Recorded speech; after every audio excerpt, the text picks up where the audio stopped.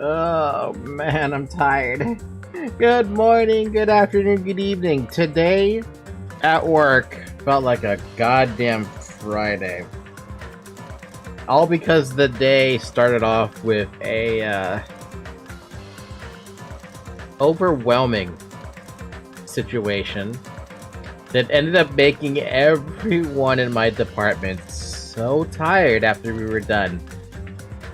Oh man, I was about to come home and be like, look, I can't stream, I'm just gonna sleep. And I was like, no, I need to find out who Mechamaru's killer is. That's the most important thing today. Tonight. Right, Zoe? We gotta find out who killed Mechamaru. Actually, I don't even know if anyone did kill Mechamaru. It could have easily have been an accident. To the extent where Mechamaru was the one who was trying to kill people. But I don't know. That is so hard for me to make just a simple guess on. And that just could be completely wrong. That's the worst part about that. Have I got all my skills socketed in? Yes, I do.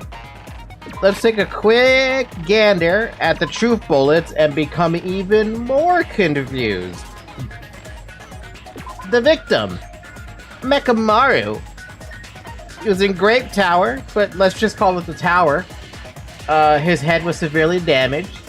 That would be considered the cause of death. There's no time of death, because we don't have one. That's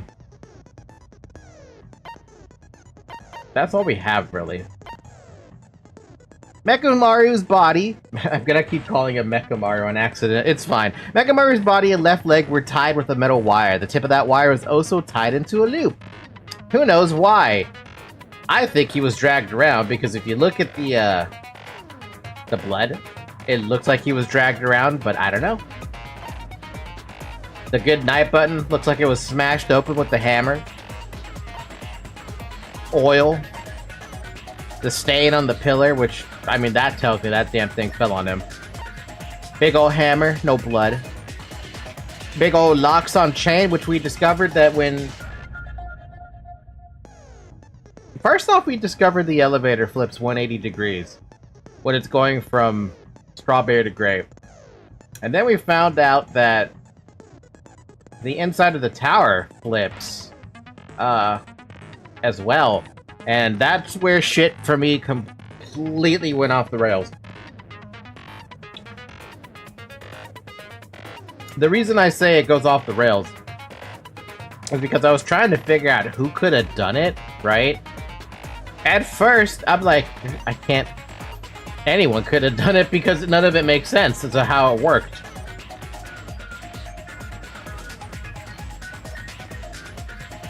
I don't think I'm gonna get anything. I don't think I could think of anything.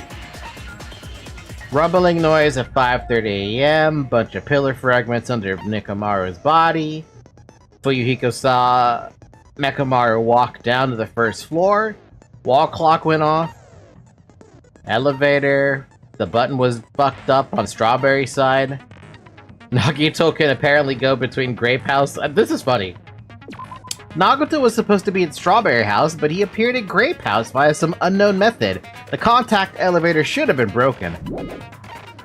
We had to put that in there because we don't know as Hajime. The needle spun 180 degrees for the compass. The alarm clock was supposed to go off at 7:30, which it didn't. A broken doorknob, which looks like it was being held onto. We are the murders we made. We are the murders we made along the way. Oh god, I'm gonna be so confused. Let's do this. Hi Zyric, by the way, if I didn't already say it. Before we actually start though, how's everyone doing? I am super tired, as I've already said, but I'm just gonna get into it. Trial time! Now then, let's begin with a simple explanation of the class trial. Again? During the class trial, you will present your arguments for who the killer is and vote for who done it. I'm happy and sad at the same time. Are you happy you beat that, arc-tempered monster whose name I already forgot? If you vote correctly, then only the blackened will receive punishment. But if you pick the wrong person... Cool. But are you sad you didn't get loot? You know what I just noticed, by the way? I just noticed that everyone's, portraits that are for the dead people are at their height. You know, with Hiyoko being short, she's got the smallest, like, portrait stand. Mahiru? That was her name, right? She's got a relatively tall one. It's kind of funny. Yes, that I find harder than Fatalis. I got the loot. Nice. I'll punish everyone besides the blackened, and that person will earn the right to leave this island. I'm sure you guys are starving by now, but let's get revved up and raring to go! Oh yeah, they haven't eaten in a while. But I never want to do so many quests to help people and people died so much that failed the quest. Oh. Do you think it's because it's their first time playing through those? Do you think there's still a lot of first-time players? Whoever survives will be treated to a fancy lunch. Guess what? Rabbit curry is on the menu! Huh? I'm not the main ingredient, right? I'm here today because Coach Nekomaru risked his life to protect me. I'm gonna be the one who avenges him. I'll definitely find out who the killer is. Akane, you're gonna be a problem. You're gonna be worse than Nagato. I'm definitely not tempted by curry. Got it? Akane, you seem to have an impressive amount of drool flowing from your mouth. She's still gonna be a problem. It doesn't matter how funny she is. Hey, why don't we try going over the incident? We weren't able to leave Strawberry House, so I want to make sure we get a detailed understanding. I discovered Nekomaru's body a little before 7 a.m. I headed over to Grape Tower for Monokuma Taichi and found the body there. Hajime and Chiaki were also with me. Hajime was with Miss Sonia and Chiaki that early in the morning? Don't tell me you three were together since last night! Imbecile! I am not some woman with flexible legs. Thank you, Sonia, for shutting him up. My god, Soda, you are simping so fucking hard that it's becoming actually downright creepy. Of course you're not. You're much classier than that. With legs like those, I could probably do the splits real easy. We just happened to run into each other on the first floor of Grape House and went to the tower together. And then, the three of us discovered Nekomaru's body. The body discovery announcement was made soon after. Akane heard that and rushed over. Do you think Akane even knows what that is? We heard the body discovery announcement too, from Strawberry House, obviously. As I recall, we found out the elevator was out of order, which left us stuck. So we decided to go to the tower for the time being and headed for Strawberry Hall.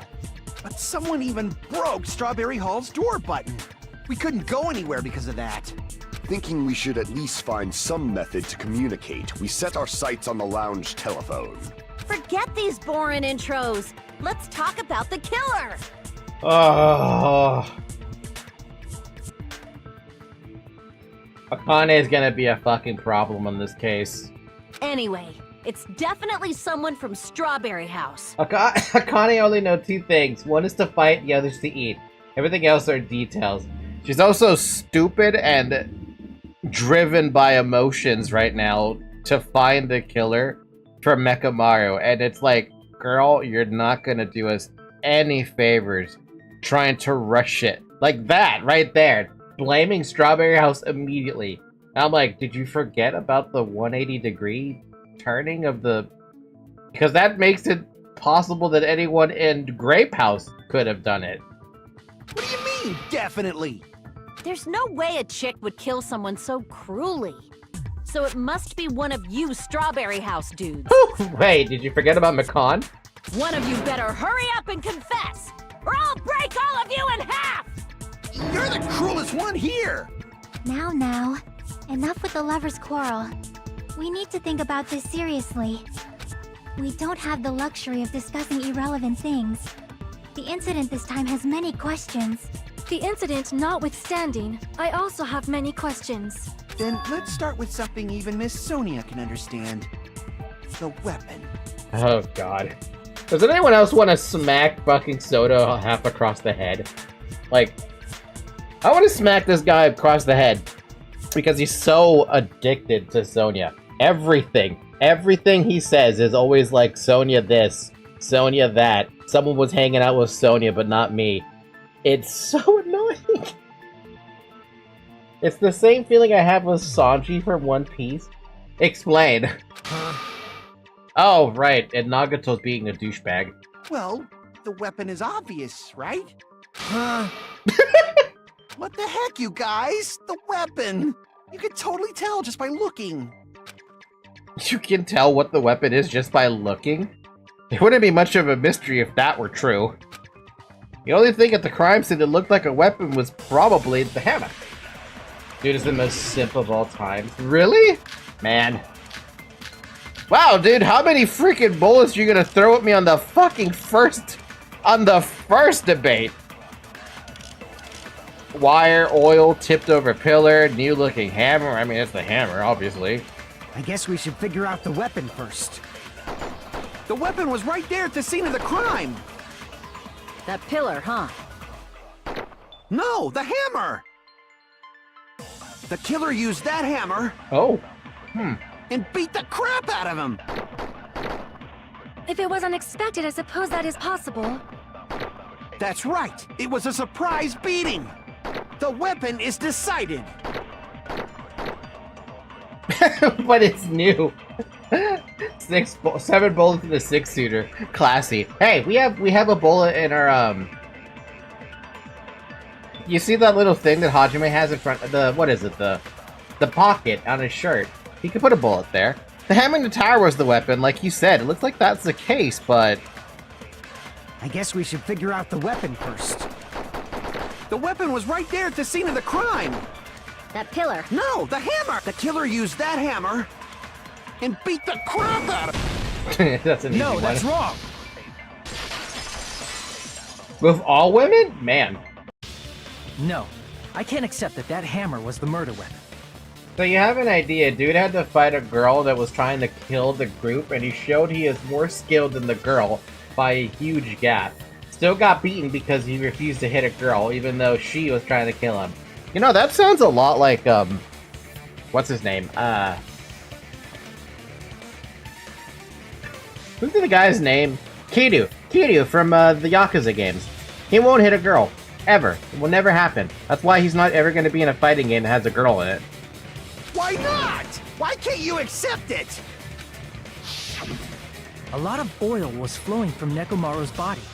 Just like human blood, right? Yep. If the hammer was used to beat Nekomaru, you'd expect some oil to be on it at least. Yep. But that hammer was clean. So that's why you can't accept that it's the murder weapon. Yep. Well, yeah, but the killer might have wiped off the oil later. And then put the hammer back? Why? Well, obviously, to make the hammer look like it's not the murder weapon. Then why bother cleaning the oil? If they didn't want it to look suspicious, they would have discarded the hammer. You're pretty insightful, baby gangsta. What is that nickname? Baby gangster? Me? Just so you all know, I was trying to test you guys. Where the hell did that nickname come from? I thought, maybe you guys mistook the hammer for the weapon or something. Oh, Soda, I gotta smack you across the head, dude. It seems that was a waste of time. Then what was the real weapon used to murder Nekomaru? The pillar, maybe. That's the problem. There wasn't anything else at the crime scene that looked like a potential weapon. Then, how about we look at it from a different angle? Not gonna lie, I would call him that. Why though? Maybe they killed him with a different hammer. Put in this hammer as a red herring. But then that would mean Nagato found a hammer inside of the secret room thing. If it doesn't have oil on it, it's not the weapon. So whatever has oil on it must be the weapon, right? The actual weapon has oil on it, but if it's something at the crime scene, the oil had to be the broken pillar. I see. What if it's Hatsune Miku? How will Hatsune Miku be a weapon? Also, hi, Aubrey. Wait, was Aubrey's last name Nancy? I don't remember that being a thing from Omori. I'm gonna think about it, I don't even remember her last name. Then that pillar is the weapon. Coach Nekomaru got clobbered with that pillar. Somehow. Nobody could withstand a blow from that pillar. Even if you used 100% of your muscle strength, it would be impossible to wield it as a weapon. That too. Why? We tried to move it, right? Wait, did she really forget that she tried to lift that thing? How do you forget that? Yeah, that pillar was pretty freaking heavy. I'm the next Nancy McBride, but I changed my name for personal safety reasons. Okay, but you're using the Aubrey's profile picture from Omori, so, I mean...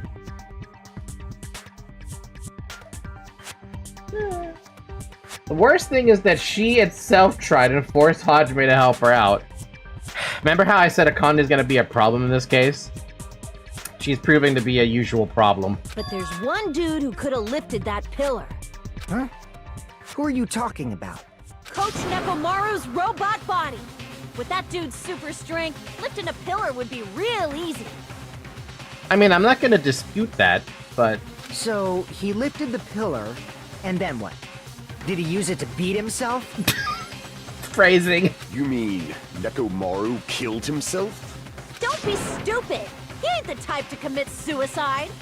Then even if Nekomaru could have lifted that pillar, it has nothing to do with the case at all. Well, I guess you're right. God damn it, Akane, you're such a... You and Soda are a big problem. And we're not even gonna talk about Nagito, because he's over here just listening. But it does bother me a little. That word, suicide, bothers everybody, man. Akane wanted to prove she was capable of thinking. Oh my god, I can't watch this stream. These characters are so bad at playing in this trial. It's so bad. Why did I picture Mechamaru just yeeting a pillar into the air and failing to catch it? I mean, it is Mechamaru. It's possible he could have done something super stupid like that. By the way, the fourth murder of this killing school life was apparently ruled a suicide. Huh? No, that shouldn't matter. There's no way Nekomaru would commit suicide. But that's a problem. If it's not the pillar, then there's no other weapon we can think of. More like capable of trying to think. There may be a way to use the pillar as a weapon without lifting it. Huh? For reals? Yes, for reals. I see. So my gut was right after all. All right, it's up to you, Sonia. Prove that pillar was the murder weapon. Understood. Then I shall give it my all. Why does Sonia sound British? Because she basically is British, or at least high society. Sonia, here I go! She better talk about the wire dragging him up. Jesus, again with the 7 of them? The wire, the good night button, the oil on the floor, the tipped over pillar, well, the chain could do it too. Actually, wait, no, that chain's talking about the chain on the door, right? Yeah, no, that's not gonna be it. It's gonna be either the wire or the broken doorknob. Let's go with wire. There's no need to lift that pillar. If the pillar was not lifted, beating him with it is beyond a dream. What about tipping the pillar over? There you go. They aimed right for his head and bullseye. Even I could probably tip it over. Considering the pillar's weight, it probably exerted a ton of force. Sonia, Huh? you go, girl! I'm getting hella excited!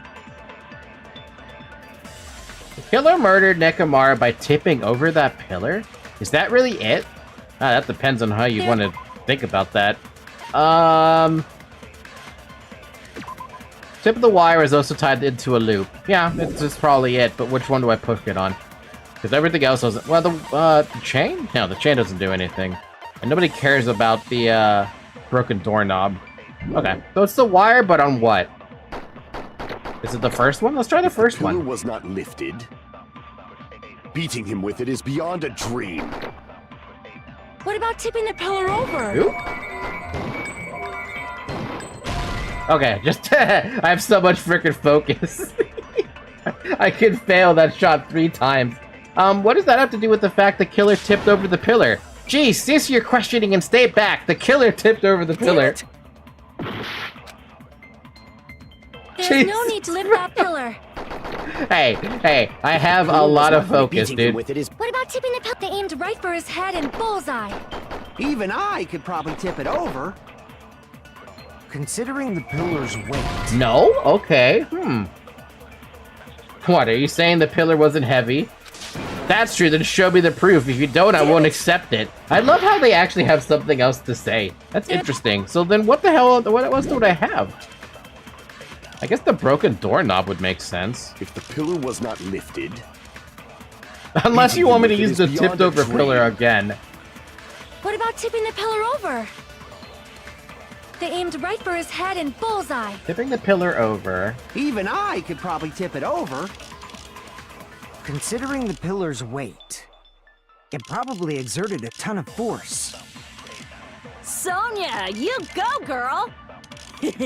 I'm getting hella... Pillar fragments, maybe?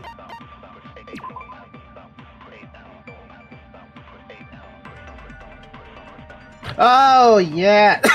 It's the pillar fragments. Because there weren't on him. I think you should absorb someone's point and agree with someone, but I don't really remember that much. Even if you don't remember that much, try to... if you do remember much, be avoidant of spoilers so that I can figure it out. There's no need to lift that pillar. If the pillar was not lifted, beating him with it is beyond a dream. Beat him with it. What about tipping the pillar over? No, that's wrong!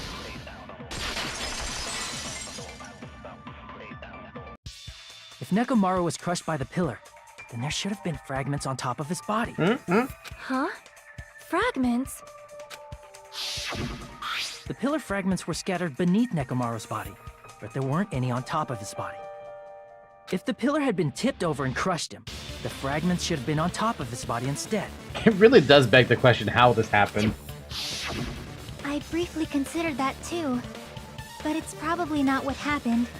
I see.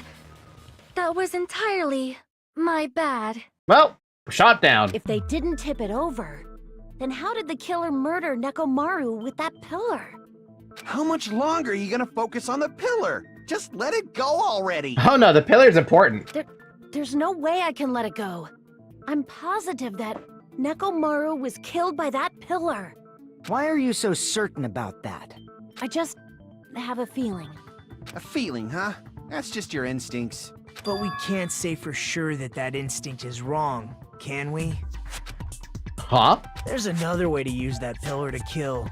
You guys just haven't noticed it. Is that true? Then I shall ask you, what way is that? Alright, Makoto, what are you gonna say? You guys, the same as usual. Hey, can I point something out? Another thing I just noticed about the portraits. You notice how Byakuya and Ibuki have X's over their faces on their portraits, right? Why does Mikan have a cross over theirs instead? A medical cross? It's the same with Teru Teru having chef's, what is it, forks as, as forks with his X. Monokuma. That's some fucked up Monokuma humor, and not a single student brings it up. You're unable to clear a path to the future with your own powers, so you just stand there and falter. What a waste of talent.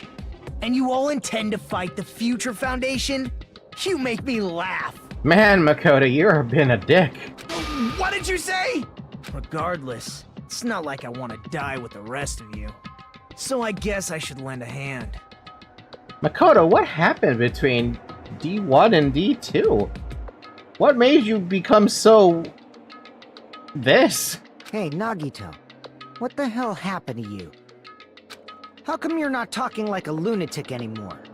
I've learned a valuable lesson. Ignorance is by far the greatest shame. Huh? What do you mean? Red Cross. Yeah, the Red Cross.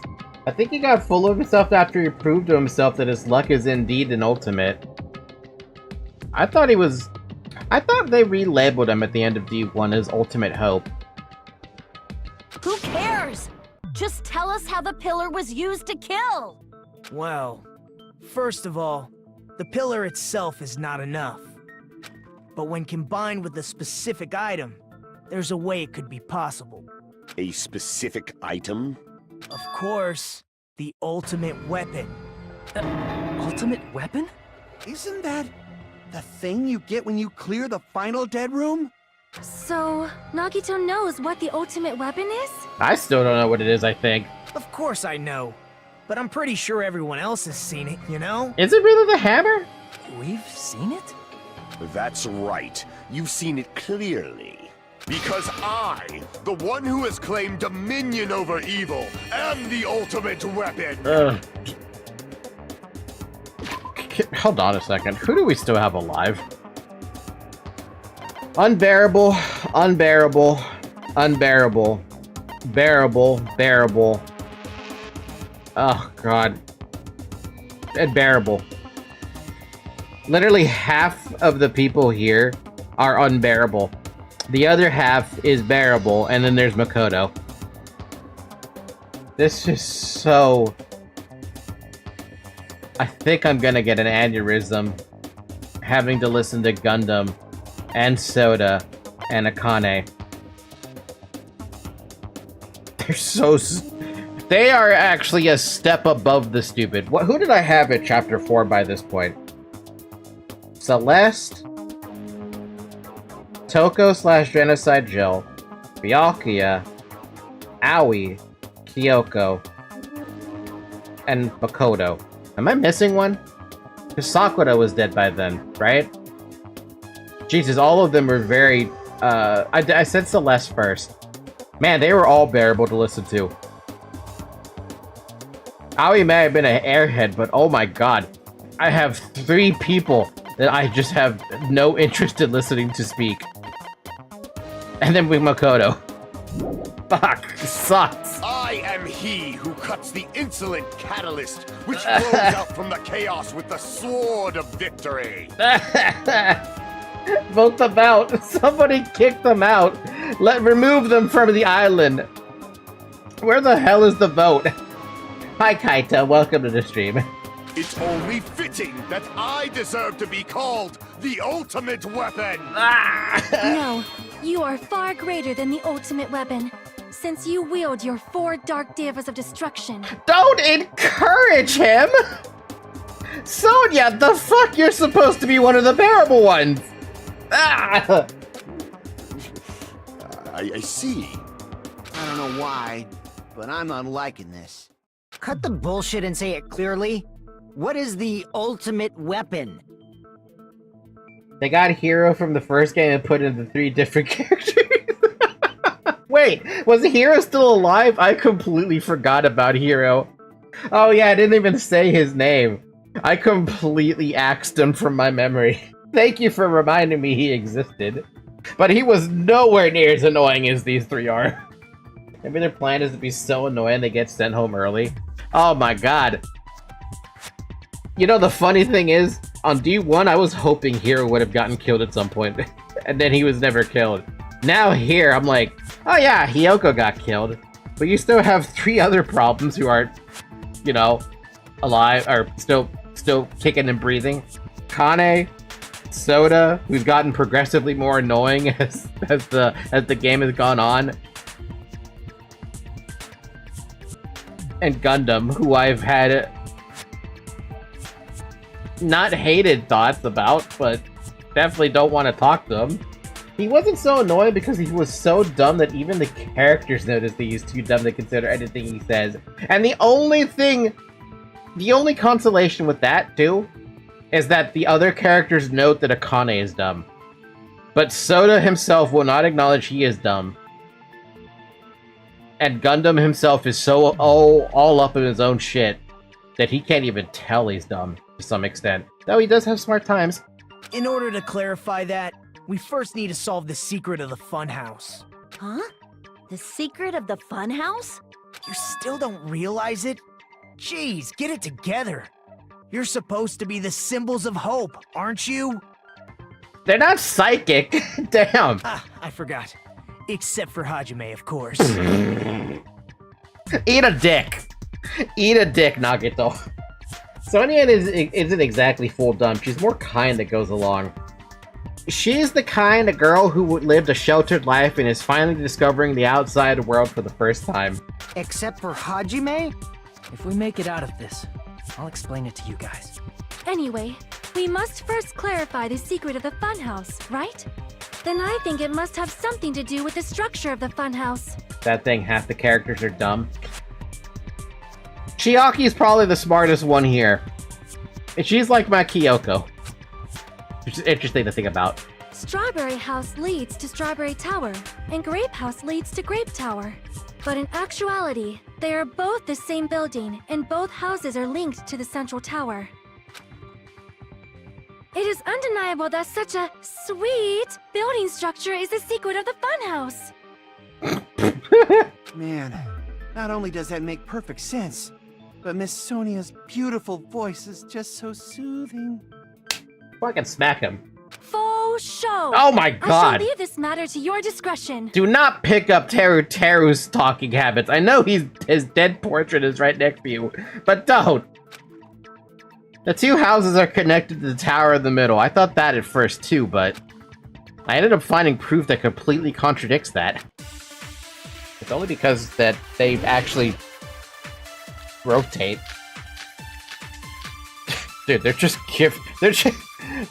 want to remind you that you get 7 bullets. I'm waiting for them to bump it up to 9. Bum, bum, bum, bum, bum, bum, bum, bum, bum, bum, bum, bum, bum, bum. In truth, Strawberry Tower and Grape Tower are actually the exact same place. So that's the secret of the funhouse. Is that really it? It's weird to say they're both the same place. I mean, the walls are different colors. And the designs on the floor are also different. We've already settled this problem. Give it 10 years before you argue with Miss Sonia. This whole time, we've been thinking the two towers are the same building, but if that was the only mystery, there's no way Nagato would mention it here. What are you trying to say? Is it that strange feeling? What was that strange feeling that we mentioned? That was mentioned. I skipped it. There you are. Regardless of whether you enter the tower from Grape Hall or Strawberry Hall, the placement of Nekomaru's body, the tipped over pillar, the oil stains, and even the distance of the parts causing you to arrange look exactly the same. Probably the strange feeling about on what? Are actually the exact same place.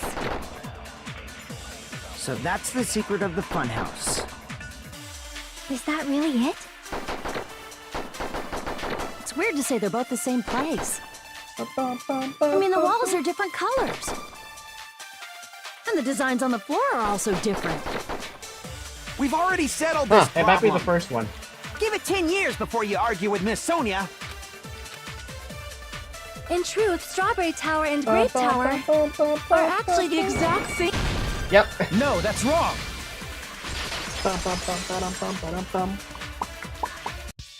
Both of those towers, are they really the same place? Why are you asking that now? Do you harbor a grudge because my kingdom destroyed your homeland? Hajime, I won't tolerate any sort of rebellion. Get out of here, Soda. I mean, doesn't it seem strange? When we went to Grape Tower from Grape Hall, Nekomaru's body was in front of the door to Strawberry Hall. But when we went to Strawberry Tower from Strawberry Hall, his body was in front of the door to Grape Hall. It's probably some kind of trick, like the floor rotating 180 degrees or something. If it is, then see? That means it could have passed as the exact same place, right? If so, then what? Do you seriously think such a simple answer is the correct answer? I don't know. Does that mean he's wrong? Oops, I guess I've said too much. If the floor didn't rotate, then that means we need to think about the structure of the building again. Bow down. Huh? I am not bowing down. Then how about this? Somebody moved Nekomaru's body. And the sensors, girl. Well, we were moving from Grape Tower to Strawberry Tower, but we should have all been together during that time. Even if they tried to move the body inside the tower. Then Monokuma did it. While we were moving, Monokuma quickly moved things around. Well, I appreciate that he's very fast at doing things. No. But Nekomaru's body wasn't the only thing moved. Are you saying the broken pillar was moved too?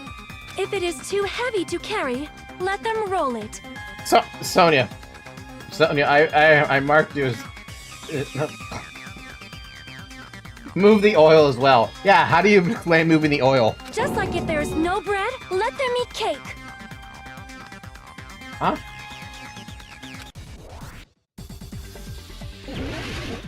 Oh. Okay, the wire's not gonna talk about it. The oil, probably. Tipped over pillar, maybe. Neat-looking hammer, probably not. Chain, I don't know. Pillar fragments, no. The broken doorknob, might be it. I don't know. This one's kind of weird. What do you even use to counter her fucking argument? I just defended Sonya. She isn't dumb, and here she is proving otherwise. Let them eat cake. If you can't afford bread, eat cake instead. Isn't cake substantially more expensive than just bread? What am I using for this one? She's trying to argue that Monokuma moved, or somebody moved it, right? How do you explain the chains, then? There are many different ways. The body and the pillar could have been moved. The pillar could have been rolled. And Nekomaru could have been moved piece by piece. I decree it was Monokuma's doing. Oh, I can't do not have enough freaking cuts for that. As expected of a princess, she's overcoming my arguments with confidence. There are many different ways. The body and the pillar could have been moved. Oh, it's one of these The pillar shits? could have been, and Nekomaru could have been moved piece by piece. I decree it was Monokuma's doing. Yo, that's a little rough, isn't it? Moving the body and the pillar in such a short time. That might be hard even for Monokuma, don't you think? It seems you have forgotten. Monokuma is surprisingly strong. Wielding the power of the pillar, the body, he could have moved it all easy as pie. Wow,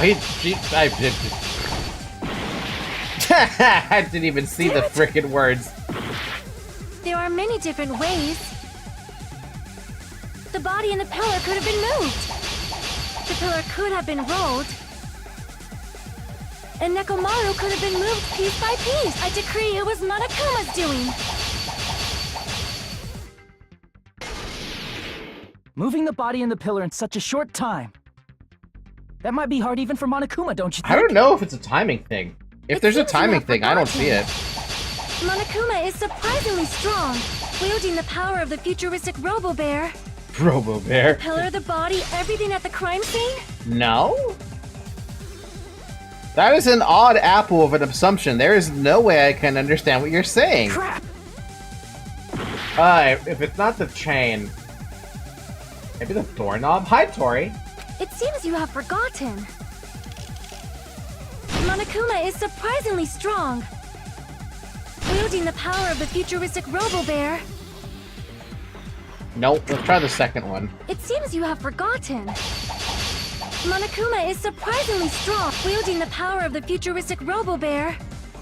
The pillar, the body, everything at the crime scene? No? Crap! Rebuttals are annoying because they're just going at Seems you have speed, man. forgotten. Monokuma is surprisingly strong. Wielding the power of the futuristic Robo-Bear. The pillar, the body, everything at the crime scene? No? What is it, then? I have no time to think. I'm not allowed to think. Crap! It seems you have forgotten. Monokuma is surprisingly strong. Wielding the power of the futuristic Robo-Bear. No, that's dumb. The wire is dumb. Crap!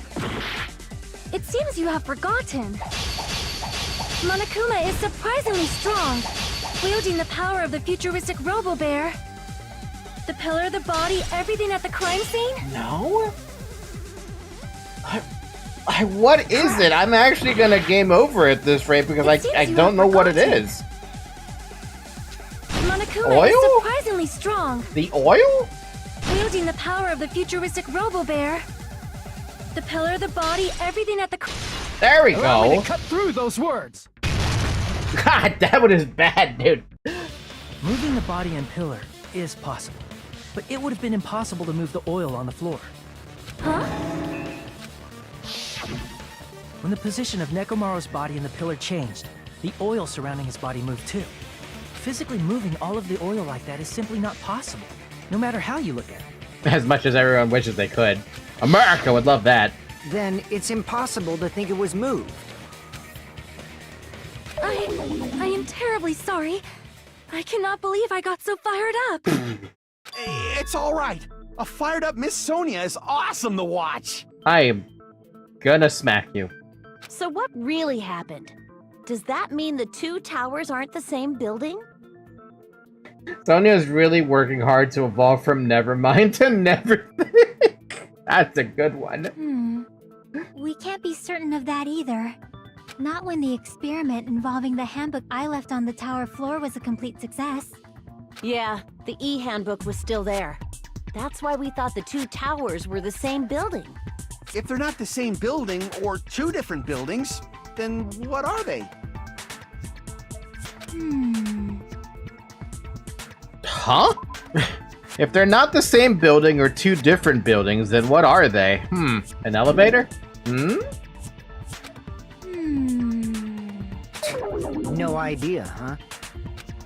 If this mystery ties into the secret of the funhouse, but if we don't have enough clues to solve that mystery, then the only thing we can do is rely on the one person who has clues.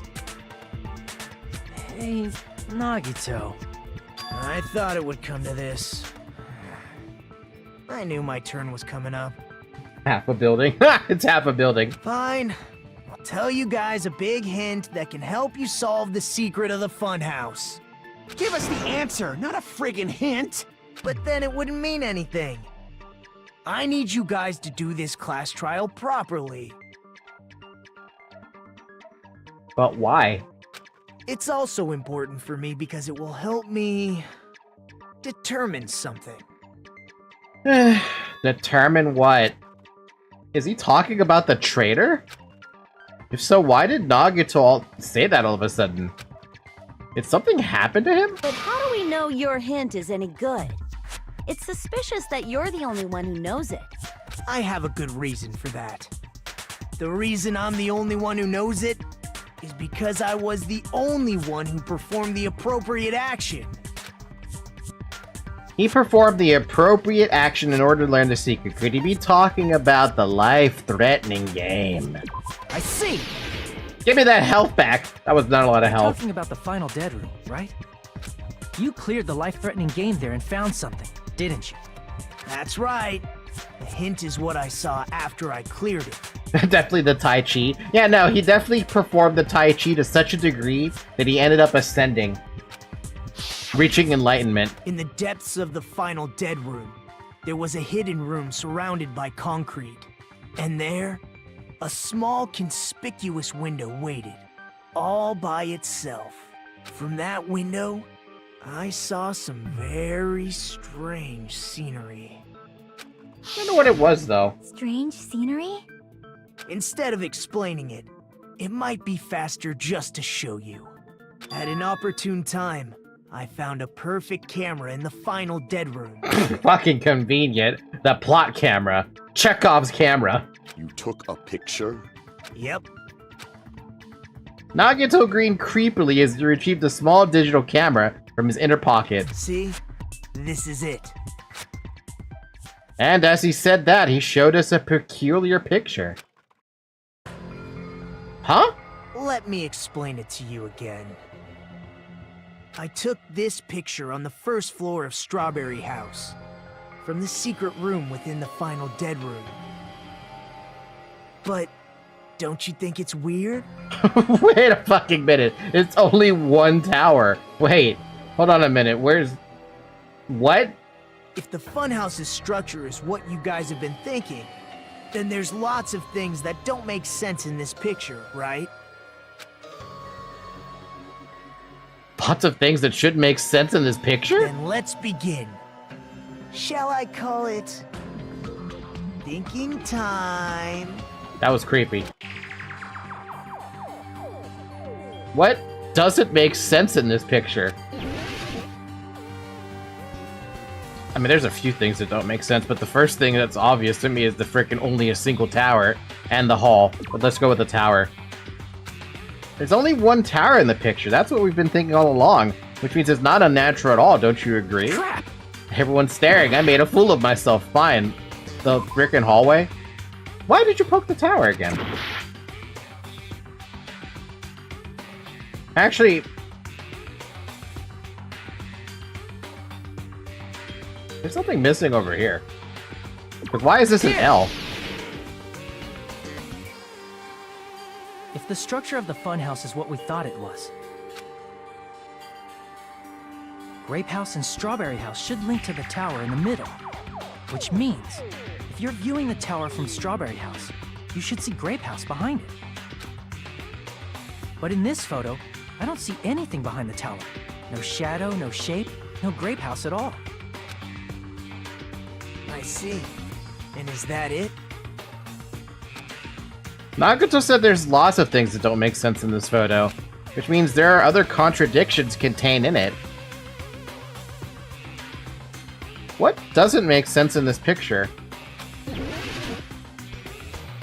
Now this one I am not sure about. This is a bit of a stretch.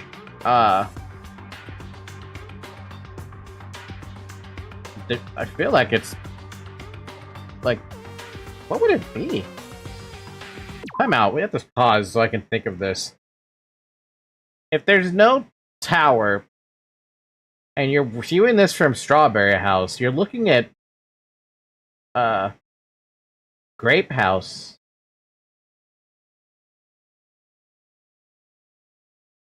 Wouldn't it be in front of us?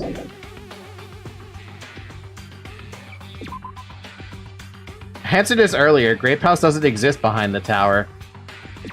Here! You said this photo was taken from the hidden room inside the final dead room, right? Yeah, the first floor. That's what he said. So why is this like on the second or third floor? If that's the case, then that means it should have been taken from the first floor of Strawberry House. Yeah, it should have been. Then this is definitely strange. This photo doesn't look like it was taken from the first floor. The angles suggest it was taken from higher up. That's right. Good call. In summary, this is the truth contained in this photo. The first floor of Strawberry House is located in a high area, and Grape House is not behind the tower. It's not? Are you saying that Grape House is merely an illusion spell cast by Monokuma's cursed eye? The first floor of Strawberry House is located in a high area, and Grape House is not behind the tower. From this point on, do your own thinking. Now that you've finally met the same requirements as me, if you guys are truly symbols of hope, you can easily solve a simple mystery like this. It might be possible for Hajime to solve it too, even though he's just a normal high school student. Are you gonna keep doing that? Despite the fact that you don't have a real talent, you already know about the other clue. The other clue? Is he talking about that one time where he popped out? Well, hello there, Hajime. Nagito, why are you here? Because I showed up. Showed up? How did you even come here? Maybe I teleported. You're referring to when you suddenly appeared on the second floor of Grape House, right? I'm asking you just to be safe. At the time, where do you think I came from? The top floor, right? Such sharp eyes. So you realized it already? Nah, he can teleport. Top floor. So the third floor? But the Monokuma Archive should be the only room on the third floor of Grape House. What does it mean? Was that thing just now another hint to figuring out the mystery behind the Funhouse's structure? The reason Nagito appeared from the third floor. Using the photo he took, I might be able to find the answer if I just think about it. Alright, let's do this. Oh no, it's a Hangman's Gambit. Oh no, Logic Dive? Oh, that's even worse. I have like no life either. You can see that flashing pink.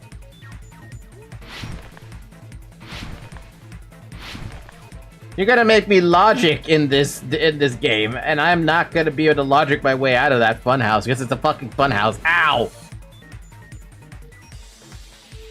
Hey, you can't just spawn those in front of me, you dicks! Question 1. Do Strawberry House and Grape House both exist?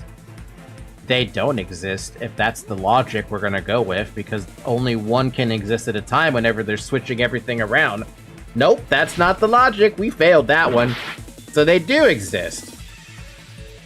Actually, wait, they have to exist because you could go to both of them at the same time. That's a dumb realization. That's on me. Oi, what the fuck? Bruh.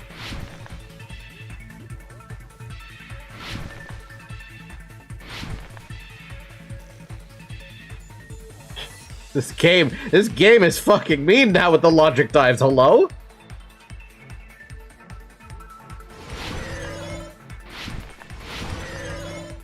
Question 2. Are Strawberry House and Grape House the same building or two different buildings? They should be the same, but I want to say they're different. No? Okay. Man, I am not doing so hot, dude. I am not doing so hot. So how are they the same? Wait, what did I say? And now my brain doesn't work. They're the same?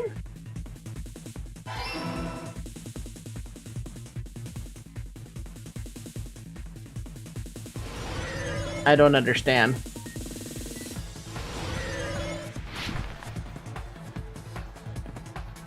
Nope, this logic dive doesn't make any sense.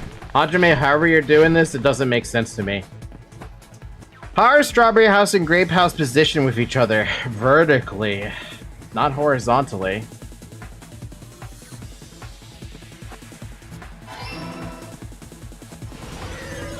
But how?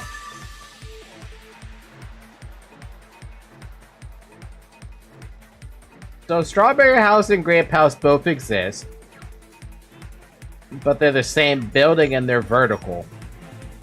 So my original thought about them, well, not original thought, but an updated thought was I thought that they were an elevator. I don't know. It's all coming together. You think it comes together? I don't get it. Falcon's brain's being destroyed. Mine is starting to overheat, dude. Got it. I know the secret of the funhouse. What? I just walked back from grabbing dinner. All of a sudden, it's the Run Flash game from way back when. That's Logic Dive. Tori, good old Logic Dive. Then let me hear it. What kind of answer will you give, I wonder? In the picture Nagito took from Strawberry House, I didn't see Grape House at all. So where did Grape House go? There is only one possibility. It was in a position where it couldn't be seen from Strawberry House. Which means Strawberry House and Grape House are in the same building, but on different floors. Same building, different floors? Then the two houses aren't two different 3-story buildings. They're actually one 6-story building? If you think about it like that, based on Nagito's picture, it's clear where Strawberry House is located. Then the elevator would be going... Why did it turn 180 degrees then? Where Strawberry House is located... Oh, you're asking me to figure that part out? Oh, wait, no, we know this. Strawberry is below, above it. I see! On top of Grape House. That's where Strawberry House is located. Because of that, the photo taken from the first floor of Strawberry House was at a high angle. Altogether, this means the first floor of Strawberry House is also the 4th floor above Grape House. Ha! Oh, snap! I never expected that the two houses were connected vertically. Where'd that oh snap come from, Sony? What the fuck? But what about the shape of the building? The two houses were completely different shapes. Strawberry House is 4-sided, and Grape House is 6-sided, right? Anyone can hide that from the point of view that we have from Nagito's photo. It never occurred to us that they were the same building because it was structured with two different shapes. A quadrilateral and a hexagon, overlaid atop each other to misdirect how we would perceive them. And it worked, didn't it? Disregarding the tower, we fully believed the two houses were two separate, distinct buildings. In order to conceal the unique design of the funhouse, Monokuma put us to sleep so we couldn't look at the outside of the building when he brought us to it. You've just been Kuma'd! Don't you think a building full of so many surprises totally deserves to be called a fun house? I can't argue that point. By the way, it's been an hour. Drink some water. And also, I apparently have to pee really badly. Because before this stream started, I drank a whole lot of water. So I will be right back.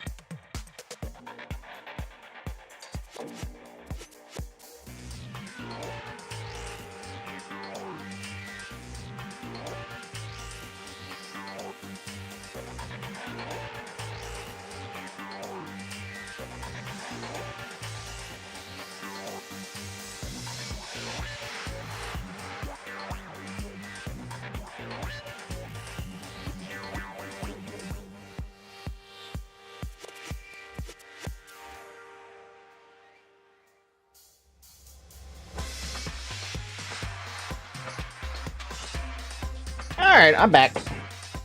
I was wondering where the hell Zoe's been this entire time, but she's been sleeping outside my door. But by her cat tree, I think. Then it's true? The building was really like that? That's right! Those two houses exist on different floors in the same building! That's kind of fucked up. Constructing a building like that on your own without my knowledge? How horrible! Then what about the towers? Are they arranged vertically just like the houses? Yeah, Strawberry Tower and Grape Tower should have also been different floors inside the same building. Just like Strawberry House was on top of Grape House, Strawberry Tower was also on top of Grape Tower. However, if they're different floors within the same building, why was Nekomaru's body in both places? Zoe went on your computer and spent all your saving on the stock market option while you were gone. If she's spending it on options, I hope she sells before the close. Otherwise, she's just gonna lose that money. Actually, closing ended like, what, 2 hours ago? 3 hours ago? Aw, your precious hammies don't know? But it's so simple. Alrighty then. I'll be the one who solves this mystery in a flash. Please watch me, Miss Sonia. Oh, I see. Do whatever you like. I'll definitely make her watch me. I'm gonna stand out till she notices me.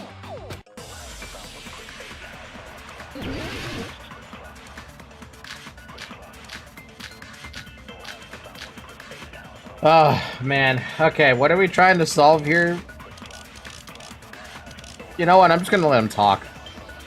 I'm gonna solve this mystery in a flash. Then hurry up, dumbass!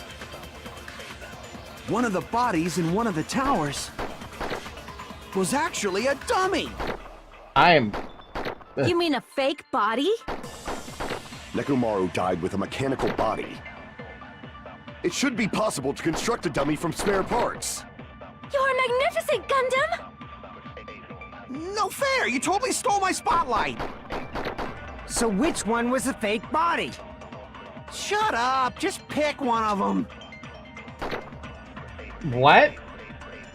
A dummy of Nekomaru's body existed? Does that mean the killer prepared it in advance? That makes no sense. But like, is something like that even possible? That makes absolutely no I'm gonna sense. solve this mystery in a...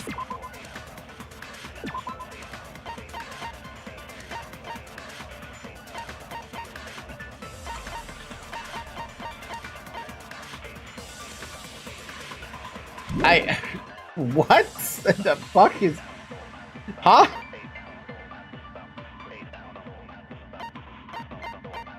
I feel like they haven't figured it out. There's an elevator inside the tower. It's not a 180 degree actually, that's weird, isn't it? Yeah, no, it's an elevator. It's an elevator for sure. It's the only thing I can think of with that. But what am I even trying to prove here? Then hurry up, dumbass! One of the bodies in one of the towers was actually a dummy! You mean a fake body? Nekomaru died with a mechanical body. It should be possible to construct a dummy from spare parts. You're magnificent, Gundam! No fair! You totally stole my spotlight! So which one was the fake body? Trying to prove it's Shut not up, a duplicated just pick crime one of scene. 'em. Is that what we're trying to prove? I'm gonna solve this mystery in a flash! Then hurry up, dumbass! One of the bodies in one of the towers was actually a dummy! That's why I didn't think it was gonna work. I'm gonna solve this mystery in a flash!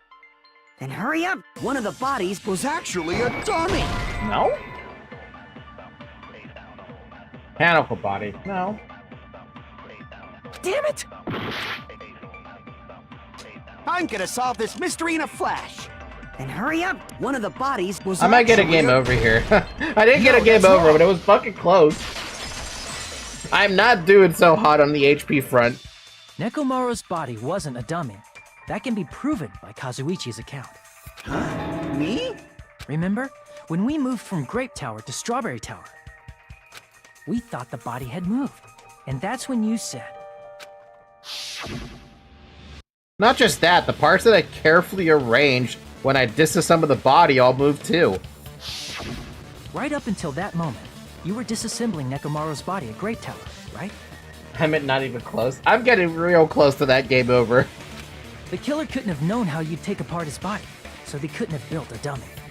Unless Kazuichi was the one who built the dummy, then it would be a different story. Miss Sonia, that's a pretty harsh joke. You are joking, right? It's alright. Kazuichi is not the killer.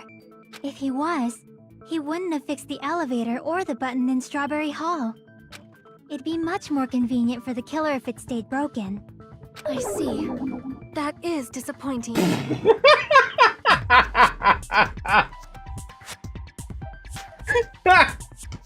It's disappointing. It's disappointing it's not Kazuichi. That's what Sonia is saying with that one. Hi, Zoe.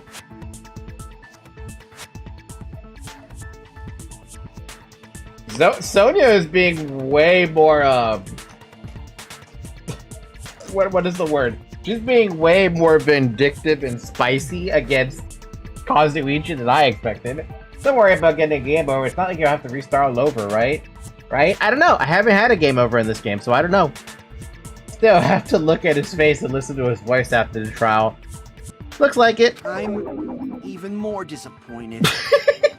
However, even if Nekomaru's body wasn't a dummy, it's meaningless if we don't have the important answer. The reason Nekomaru's body was in both towers, even though it was supposed to be on different floors. Maybe it was simply moved? The body moved to a different floor? You can't think of a device like that? A device that moves things to different floors in the same building? Oh, Hajime. A device that transports things to different floors in the same building. It's called a fucking elevator. Or a lift if you're in Europe. Feel like I've seen that before. Yeah, you have. A teleporter. It's a chronosphere. That's what it is. It's a chronosphere. Are you actually gonna make me Hangman's Gambit a fucking elevator?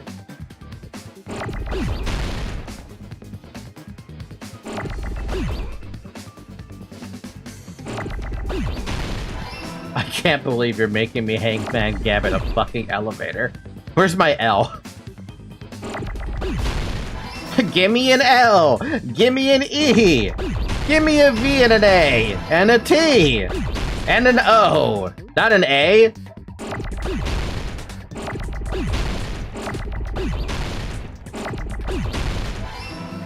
Give me an R! Give me not a T! Give me not a T! Give me an R! God damn it, I can't believe this game made me fucking do a Hangman's Gambit an elevator. And the worst part about it, doesn't give me back any HP. Take the L. You must be talking about an elevator. Somebody help. At least you didn't lose yet, I guess, right? Falky, it took quite a while to figure out it was an elevator. Oh no, I'm thinking about the European word. I thought it was lift, but lift doesn't fit. What? Are you saying Nekomaru's body was transported using an elevator? Where the hell is this elevator anyway? It's the tower itself. The inside of the tower is one big elevator. Which means the tower was designed so that the whole room goes up and down like an elevator. And turns 180 degrees, don't forget whether that. you enter from Strawberry Hall or Grape Hall, it all leads to the same room, right? So that's why we could only enter it from one side or the other. Now that you mention it, sometimes when I pressed the door button, it took a while for it to open. I see. We were basically waiting for the room to arrive, just like an elevator. Please hold on. If the inside of the whole tower ascends and descends like an elevator, then why is there a picture of a strawberry on the far back door when you enter from Grape Tower? And a picture of a grape on the far back door when you enter from Strawberry Tower? If the room just moves up and down like an elevator, there's no reason for the doors to change. Plus, after the incident, the far back door in Grape Tower had chains wrapped around it, right? But when we entered Strawberry Tower, those chains were gone. Not just that, but if I remember correctly, even the doorknob was broken off. There are too many strange things. Was that tower really an elevator? When you see people and things, make sure you focus on the good parts instead of the bad. What did you say? So, let's put aside what's changed and focus our attention on what hasn't. Why do we have to do that? It's fine. Come on. What does everything that hasn't changed have in common? The thing that didn't change or remove between the two towers. That includes the body, the pillar, and the oil. We've been talking about that stuff for a while now. There shouldn't be anything strange about that, not even the fact that they all move with the elevator. The one thing they all have in common... They're on the floor. I see! Yeah, it's on the floor. Give me some HP. Is it safe to say that all the items on the floor didn't change? And? And? Why did the picture on the far back door change? If you can figure that out, you'll have the answer. All this convoluted question The just to reason get is to the because 180 degrees. That elevator has something unique about it. There's something unique about the elevator? It's an enormous circle! Only the floor moves. There's no ceiling. You can only enter one side at a time. Huh? What, the floor moves? I see! I was like, what? So that's it. The elevator was designed so only the floor moved. Only the floor moved? Which means the whole room wasn't an elevator, only the floor was. That's why we saw different doors in each tower. Which means on the first floor of Grape Tower, the door on the far back wall had a strawberry design. And on the fourth floor, which was Strawberry Tower, a different door on the far back wall had a grape design. Wait, what? So then what was, where was the 180 degrees thing, Where do though? the different floors lead? I want to say they lead outside, but they're probably just for show. Just for show? Why was something like that necessary? So we'd falsely believe that the doors were connected to where their picture signified. It was actually very effective. Because of that, we totally misunderstood the building's structure. I don't get it. But I guess it means whoever designed this building had a totally twisted personality. Did you hear that, mon ami? What? Don't blame this on me. Take responsibility for yourself. Then I'll take responsibility and gently caress you. Huh? Like, there's no way that's gonna happen. Stop with the tasteless jokes. By the way, That got weird. what is the chain on the far back door in Grape Tower? It was probably wrapped there by the killer to keep us as far from Strawberry Tower as possible. Why? Because of that chain. You guys thought you couldn't enter there, right? Like you said, I could probably use these parts to repair that button, but... Seriously, hold on. Even if you do repair the button, what's gonna happen to the chain on the other side of the door? Chain? The door that leads to Strawberry Hall has a chain wrapped around the doorknob. It was a fake. Even if you fix the button on the Strawberry Hall side, the door won't open as long as that chain is there. You don't need to worry about that at all. Huh? The killer destroyed the Strawberry Hall button, so we'd stay away from Strawberry Tower. Everything was done to tamper with the evidence, so we wouldn't find out about the secret of the funhouse. The appearance of a body in the tower would contradict what we thought we knew about the building. In that situation, if we'd gone to Strawberry Tower, we'd have seen that contradiction firsthand. And using that as a clue, we might have discovered the truth. The truth that the two houses and the two towers are actually one complete vertical building. The killer wanted to keep us from learning that.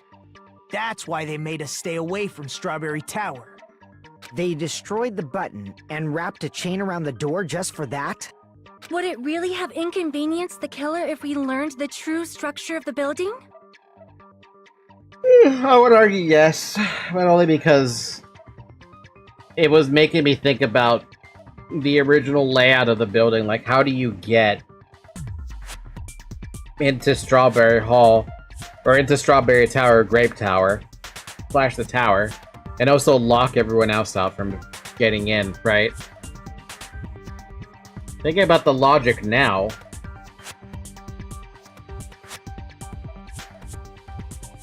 that means that if Mechamaru came from Grape... Sorry, what? Grape? No. Strawberry. He came from Strawberry Hall, right? Strawberry Building. He would have gone into the tower, right? And he was in sleep mode, apparently. Because he set his alarm for 7:30 to be around the time the Monokuma Tai Chi started. And because he was in sleep mode, the sensors don't pick him up, I believe. But we never confirmed that. It would have been a major inconvenience. After all, this funhouse is strongly connected to the ultimate weapon that killed Nekomaru. Hold on. You're progressing much too quickly. There's still a contradiction concerning the building structure. What a pain. It's fine already. Gundam, please proceed. You said earlier that Strawberry House and Grape House are connected vertically, right? If so, how does the contact elevator supposedly transport us from one house to the other? I see. Now that you mention it, I completely forgot about that matter. This is where the 180-degree thing comes into play.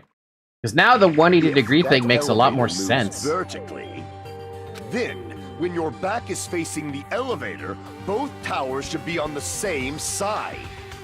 But, does this reflect reality? Inside Grape House, Grape Hall is on your right when your back is to the elevator. And inside Strawberry House, Strawberry Hall is on your left when your back is to the elevator. Which means the houses are on exact opposite sides of the tower. Answer me, fiend! What does this mean? What does this mean? I agree. What does this mean? If the two houses are connected vertically, the position of the tower should be the same in both houses. But in fact, when my back was facing the elevator in Grape House, the tower was on my right. And when my back was facing the elevator in Strawberry House, the tower is on my left. How can I break through this contradiction? The 180 degrees. Where's that thing about Kazuuchi's account?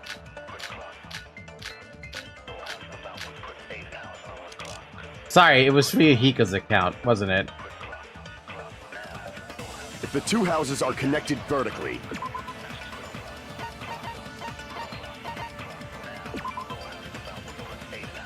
Oh, wait, no, that's a different one. Wait, whose account is it? The elevator should move. Oh, there it is. vertically, not horizontally. However, at both houses, if the contact elevator is behind you, the towers are in opposite directions. Which means your reasoning... It's clearly contradictory. Why are these What's two... with this iron curtain of teamwork? Why are they working together so well all of a sudden? So Gundam and Sonya have matching arguments. It sounds like it makes sense, but... is that really correct? Is it? If the two houses are connected vertically... They want to exclude Soda. I mean, I can understand the reasoning to doing that.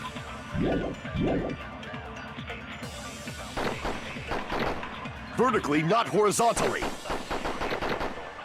however, at both houses, if the contact elevator is behind you, the towers are in opposite directions. Not that one? Really? I guess it's on frickin' Gundam's account. Damn it! If the two houses are connected The elevator should move. vertically, not horizontally. Yep, okay. No, that's wrong! I mean, they were both maybe correct choices, but you can't fault me on that one. The elevator wasn't just moving vertically. Isn't that right, Kazuichi? Huh? Me? Again? Come on. You used the elevator while you were holding that compass Nagito gave you, right? Ah, that. Yeah, it was pretty strange. From start to finish, somehow the compass needle rotated 180 degrees. You guys hear that? Rotated 180 degrees? Meaning, as the elevator moved between the two houses, Nope, you don't hear it. it also rotated 180 degrees. Did the camera just rotate 180 degrees to prove a point? It was probably following the building's perimeter as it rotated to the other side. Okay, that is not how I imagined it would work, but yeah, that would work extremely well. Which means the exit would be on the opposite side once you arrived at the other house, right? And thanks to that, the tower we saw on our right side when we arrived at Grape House appeared on our left side when we were at Strawberry House. An elevator that rotates while it moves. Is that even possible? It's like something from an amusement park. We are in an amusement park. Well, a funhouse is an amusement park attraction, you know. And since the building doesn't really need to be structurally practical, it makes for some splendid fun! What the fuck? That explains why I still get confused with this elevator. Architecturally improbable. I mean... have it... Alright. I'll play with you. Damn! Sorry, I have to pay the cat tax. Okay, so what I was saying was, it is not feasible to make an elevator like that without turning it into a roller coaster. Especially because they said that that elevator was like the smoothest thing they've ever experienced. So I don't know how engineers could have done it, but it'd be similar to like,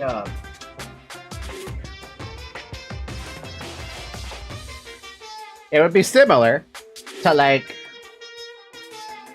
you know those vehicles where workers use them as like a lift to help them cut trees or reach safety lines, right? That's what, that's how I imagine it to be. A very smooth, it could move in any, basically any direction, up and down, vertically, horizontally, right? That's how I imagine they would try to do that. Whether that would work in practically, I have no idea. Many safety features of elevators would probably not work with these rails. I don't think they would either. You would have to have something similar to a light rail and a train at the same time in order to make it move smoothly and actually turn 180 degrees at the same time.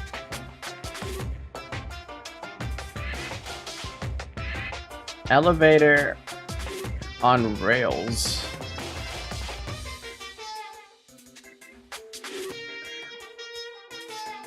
Yeah, no, every single elevator we've ever seen in life, there's two different elevators we could think of. There's the elevator that's like an escalator, right?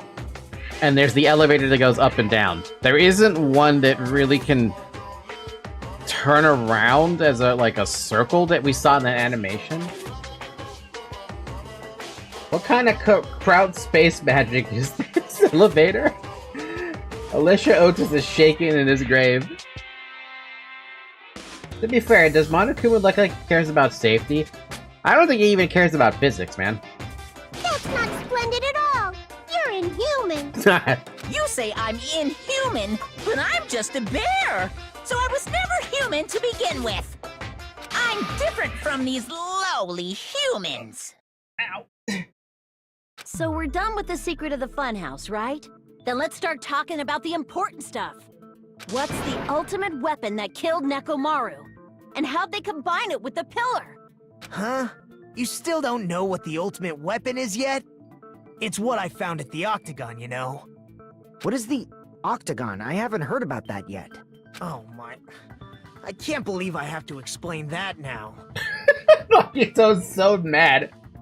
As long as you know what an Octagon means, you can solve this simple mystery easily. What an octagon means? What is an octagon? Is that an 8-sided? That's an 8-sided shape, right? I actually don't know what an octagon is off the top of my head. I see. I think it's 8. If I recall, an octagon is a shape with 8 sides, right? I didn't expect you to know that. For a substitute reserve course student, you're quite knowledgeable. Nagito, you dick. Octagon, octa equals 8. I think. Look, my ability to understand shapes is not good, but... I was thinking of what was it? Decahedron? A decahedron. Not a decahedron, my god. Decahedron is what I'm thinking of, and my brain's like, what? That's a 3D shape. Good luck counting the sides on that. Octopus! Hi, Llama. How was work? I guess I should continue listening. Where is the place befitting of the name Octagon? The place befitting of the name Octagon? It's probably...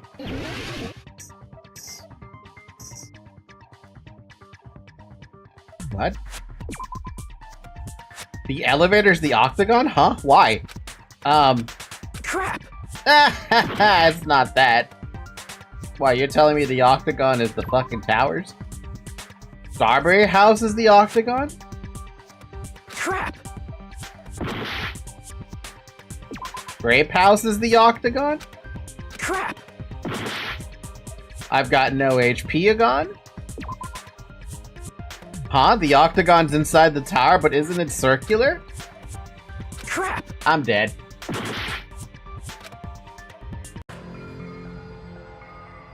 Alright, now we've got our first game over. It's no use, I can't go on any longer. I don't have any other options. Everyone doubts me?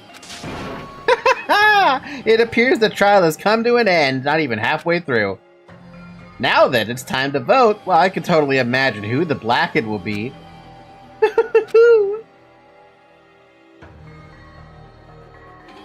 Ahem! By a majority vote, the one who has been chosen the Blackened is... Hajime Hinata. But Hajime is not the Blackened. Too bad. The true Blackened has graduated splendidly. Congratulations! And now, the others will all be punished. Oh, that means you too, Hajime. This is our end? Would you like to retry? Yes. We will never give up! Damn it, man. Decahedron would be 10 sides, I think. Work was fine. Always slow after holidays. Oh yeah, it was after Easter, huh? The Octagon was all the friends we made along the way. I don't know where the frickin' Octagon is. You're gonna make me point at everything at this point. I don't think the Octagon is inside Strawberry Hall or Grape Hall. Crap! Then where would it even be? On the fucking floor? Hey, which place would be the Octagon? Crap! Okay, this one doesn't make any sense. What are you trying to... What are you asking?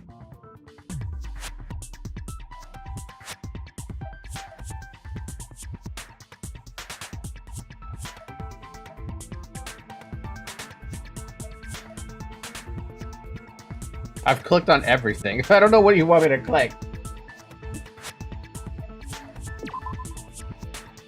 I don't think the Octagon's inside Strawberry Hall. Crap!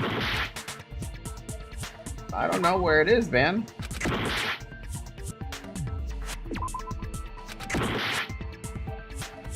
Here! Huh?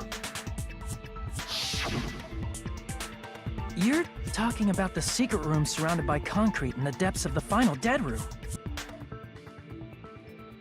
I don't get it. Why is that place the Octagon? You know how the 4-sided strawberry house is on top of the 6-sided grape house? If you cut a 4-sided shape out of a 6-sided one, you get 8 edges. It becomes an 8-sided shape.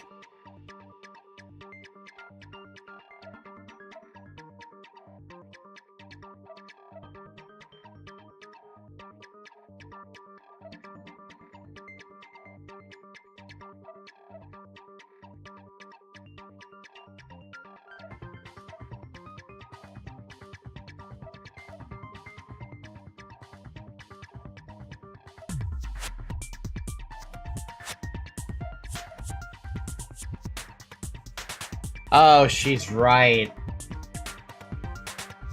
She's right. So 5 of the sides of the, 5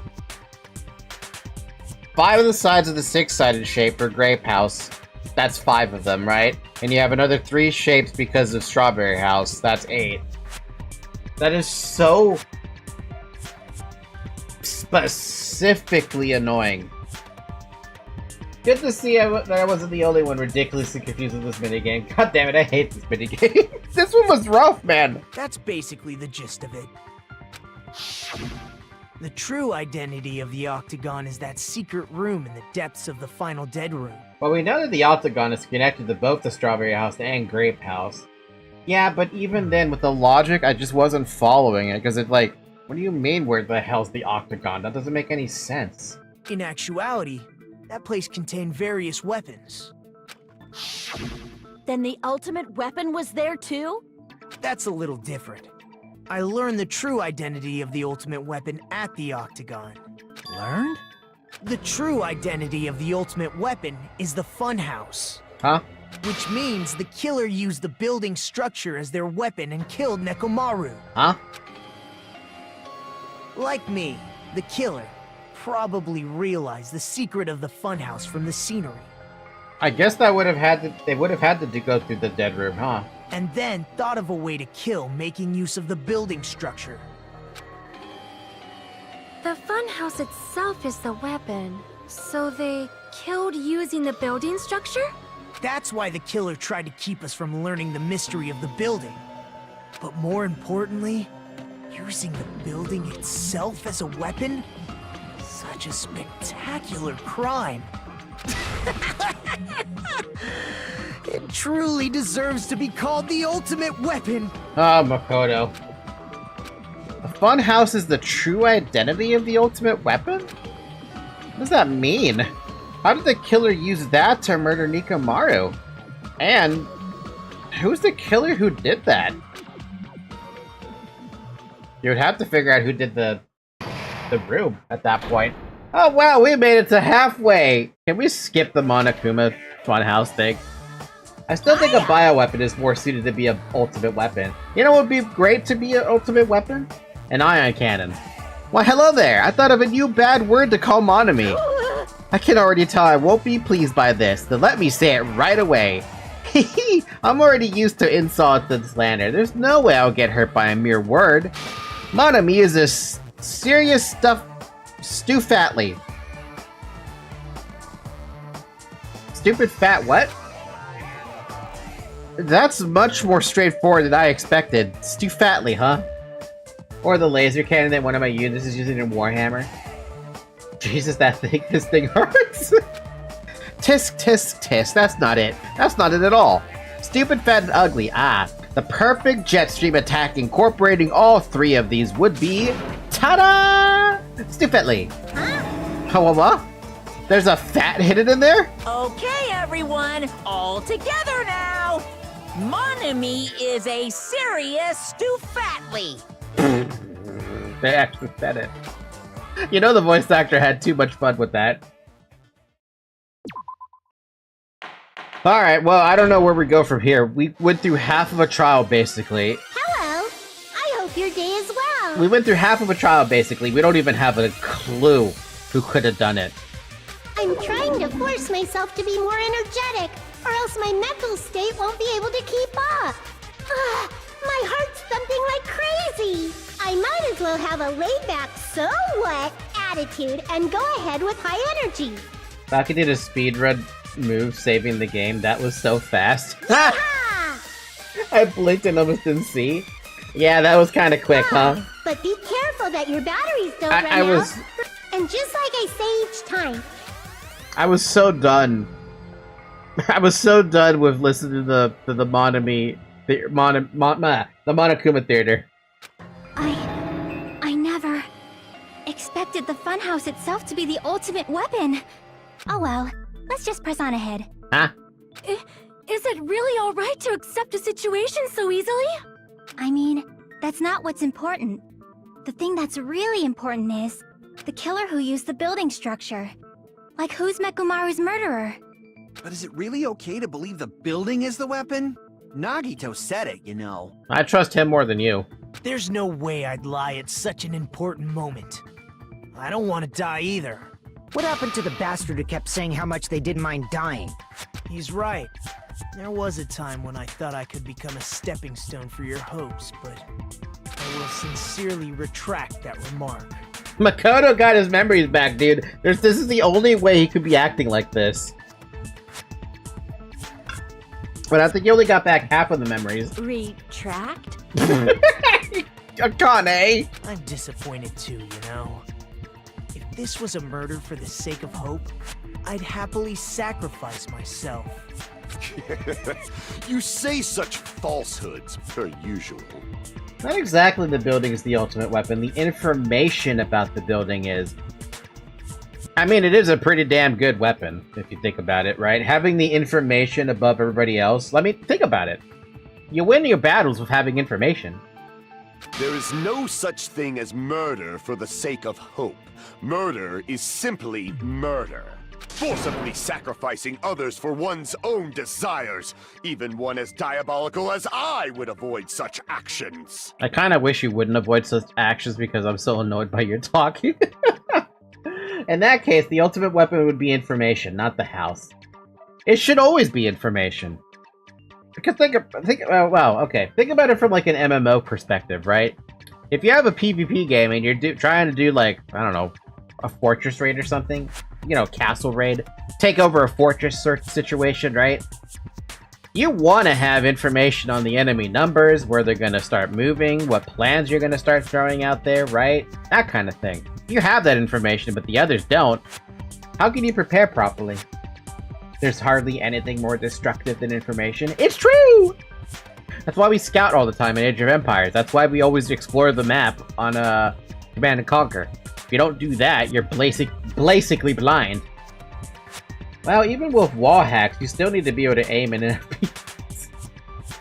Then that comes the part where there needed skill. You need skill at that point. Can I help you, Zoe? She's not saying anything yet. I see. Ignore her. It's fine. Let's just leave him alone and find out who killed Coach Nekomaru as fast as we can. Just so you know, it's not like I'm getting hungry or anything, you know. Akane! You're drooling waterfalls? Nagato, as usual, I can't tell what he's thinking. I have no idea if he's serious or not. Anyway, if the killer used the building structure, why don't we think about how they used it? How they killed Nekomaru. It might be better if we clarify the cause of death first, don't you think?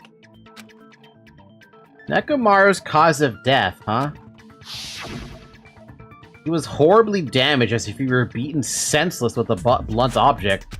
But if he was beaten with a blunt object, it wouldn't be a kill that utilized the building structure. So what was Nekomaru's cause of death that also utilized the building structure? Falling? Crushed by an elevator? Crushed by the elevator? Dead battery, no. Beaten with a blunt object, no. Falling? That'd be interesting. Crushed by an elevator? Oh, pick this. Nope, it's not the crushing of the elevator. He was crushed by the elevator? That sounds quite painful. So where and how was he crushed? Sorry, it looks like I misunderstood. Womp womp.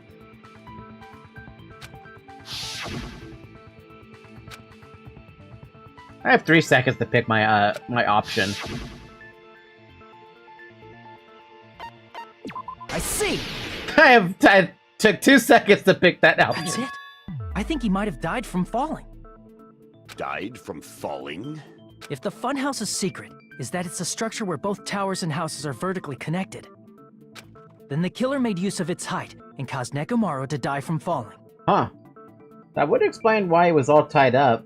Are you saying they pushed him off? Where'd they push him off from? That, I don't know yet. Don't just make things up when you don't know the method. My cat is so... She just wants me to play with her toy. I'm now paying a second cat tag. Cat tag. Oh, cat tag. The cat tag. The cat tag. Everybody loves the cat tag. Don't fucking sweat my finger with that claw. Oh, Zoe. It's a the cat tag. Hey, look at that. Cat tag. Oh, cat tag. The cat tag. Woo! I changed it up a little bit. Where in that building would you even be able to push someone off in the first place? It might be possible in the tower. You could push him off the 4th floor when the elevator is on the 1st floor. Did you forget how the elevator functions? When it's on the 1st floor, the door on the 4th floor won't open. Saying he died from falling is truly incorrect. You should burn in the flames of hell. But my gut is going crazy right now. If Nekomaru died from falling, where did the killer shove Nekomaru from? If I'm gonna reach the truth behind this incident, I need to solve that mystery next. If easily on the 4th floor wire. Tied the door?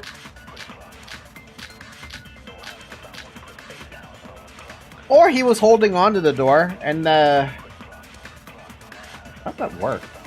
Wait, that means the pillar didn't fall on him. He fell on the pillar. That's the only way you could make that happen.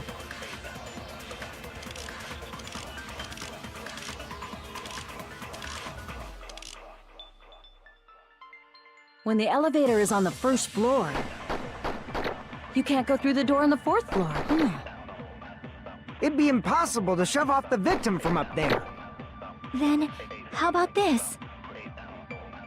After locking Mekamaru inside the elevator, they moved the elevator from the 4th floor to the 1st floor and made use of the drop. Hold on, did you forget the elevator has a sensor? As long as there's a moving object inside. There it is. No, that's wrong! I was like, is it the button?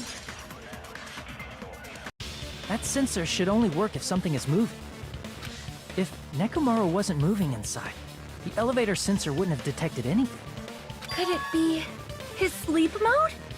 When Nekomaru's goodnight button is pressed, all of his functions shut down, and he enters sleep mode. If he's in sleep mode, the elevator sensor wouldn't have noticed him, right? I wonder how that worked for him with sleep mode. Does he realize the passage of time, or does he just wake up? No, I'm sorry. Does he just go from blackness into immediately lightness? I see. So that's how... However, even if they moved the elevator in that manner, Nekomaru would have just moved along with it. There would have been no drop for him to fall and die from, yes? That's what I was about to explain, before Kazuichi interrupted me. Silence, pest! Now you're calling me a pest? A way to create the drop inside the elevator while Nekomaru is still in it. Dude, Sonia just called Soda a pest. That was so good. Probably like it is for when we sleep deeply. Maybe? Chiaki seems to have an idea, but what way could that be?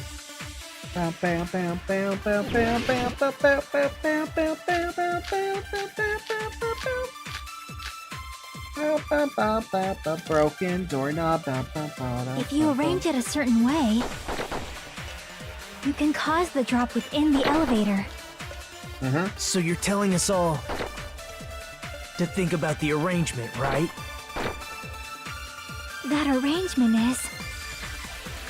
The hammer is suspicious. Isn't it about time we went over the pillar again? What about the oil on the floor? The doorknob on the floor seems suspicious. How about we all shut up and listen to what Chiaki has to say? Silence, pest! Don't be so cold. What if I start to enjoy it? Then, what does that say about you? If Nikomaru's inside the elevator, how can you create a difference in elevation? There's two ways. There's the wire and the broken doorknob. You can cause the drop within the elevator. Hold on, I need to look at this. Nikomaru's body and left leg were tied with a metal wire, and the tip of that wire was also tied into a loop. It's the wire. Because he was hanging upside so you're down. telling us all to think about the arrangement. That arrangement. The hammer is suspicious. Isn't it about time? What about the oil on the... The doorknob on the floor seems suspicious. I agree with that.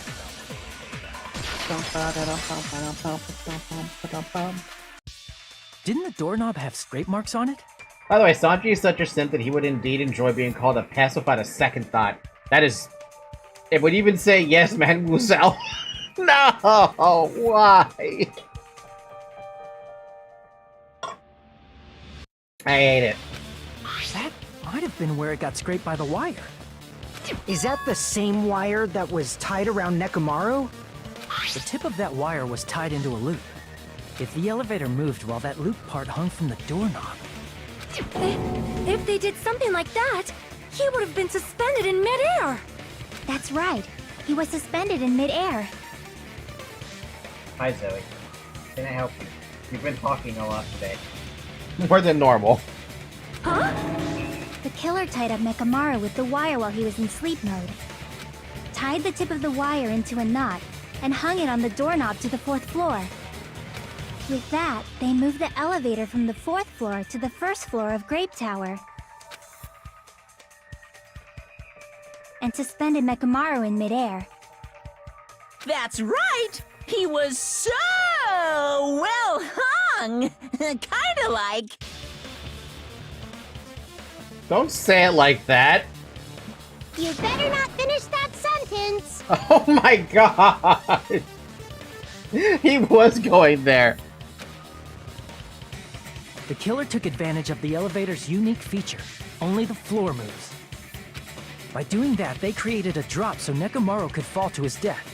Too easy. Why? So what if they created a drop? There's no way you can make him fall and die with just that. I have no idea what he was about to say. Wait, are you serious? You have no idea what he was gonna say? Please tell me you're serious.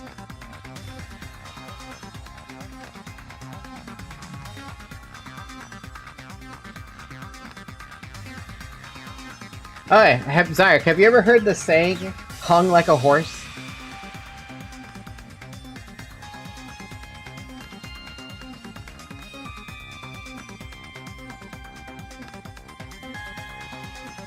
No, okay. So the saying, hung like a horse, means you yourself have a big cock, like a horse. Which is why, when Monokuma said, that's right, he was so well hung, kinda like... Talking about his cock.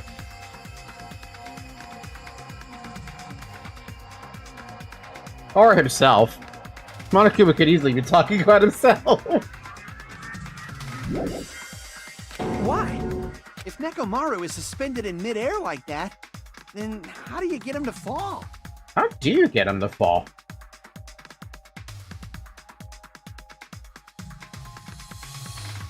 Huh, wait, that's actually a really good question. How do you get him to fall?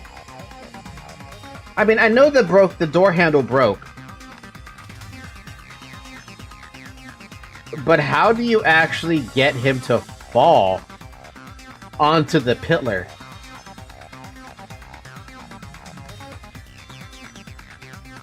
Because the way it should be is that the pillar wasn't used to crush his head. Or, sorry, let me rephrase that. The pillar was not used to fall on his head. Nekomaru was used to...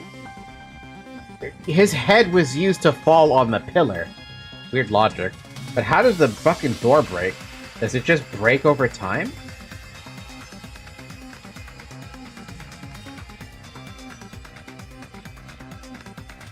Because if he's suspended in midair, he won't die if he doesn't actually fall. That's a really good question. This was a good question. Alright, let's think about this. Tipped over pillar was tipped over after the fact. The hammer?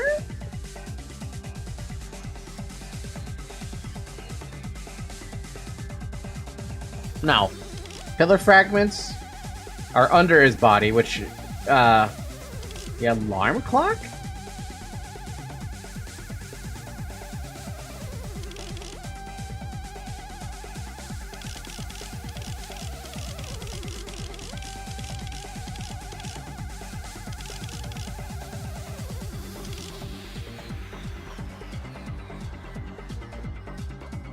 I mean, I know the broken doorknob did it, but how do you actually get him to fall?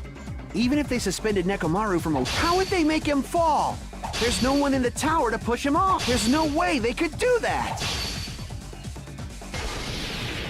It doesn't mean someone had to push him off.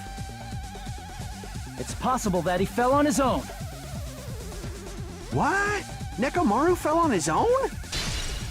Nekomaru should have still been in sleep mode, right? If he was sleeping, there's no way he could do that. Now's the time, but in that case, you still won't be able to. Moving the elevator with Nekomaru inside is just impossible. End of story.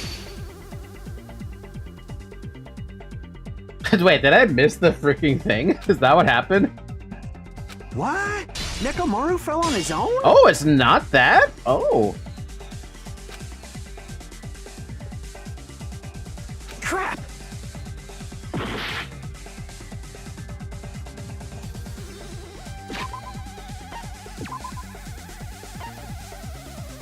I did the doorknob, right?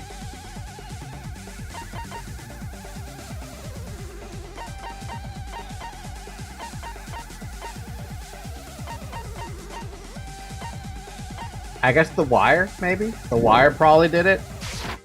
What? Nekomaru fell on his own? No?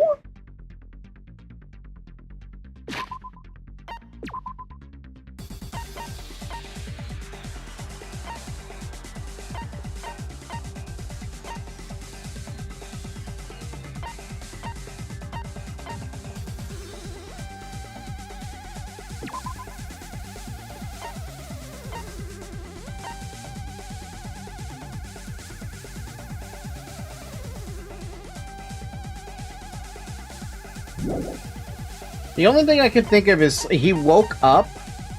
Wait, what was his freaking alarm clock set to? The clock's alarm stopped at around 7:30 and alarm was set to 7:30.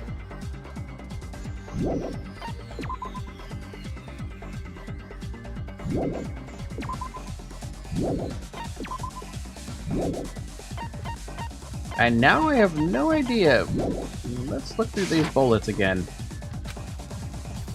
Crap! What? Nekomaru fell on his own? Nekomaru should have still been in sleep mode, right? If he was sleeping, there's no way he could do that. Now's the time, but in that case, you still won't be able to. Moving the elevator with Nekomaru inside is just impossible. End of story.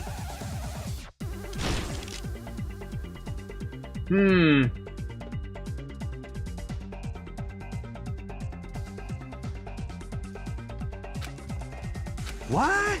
Nekomaru fell on his own? Nekomaru should have still been in sleep mode, right? Crap! I hate this. What? Nekomaru fell on his own? Nekomaru should have still been in sleep mode, right?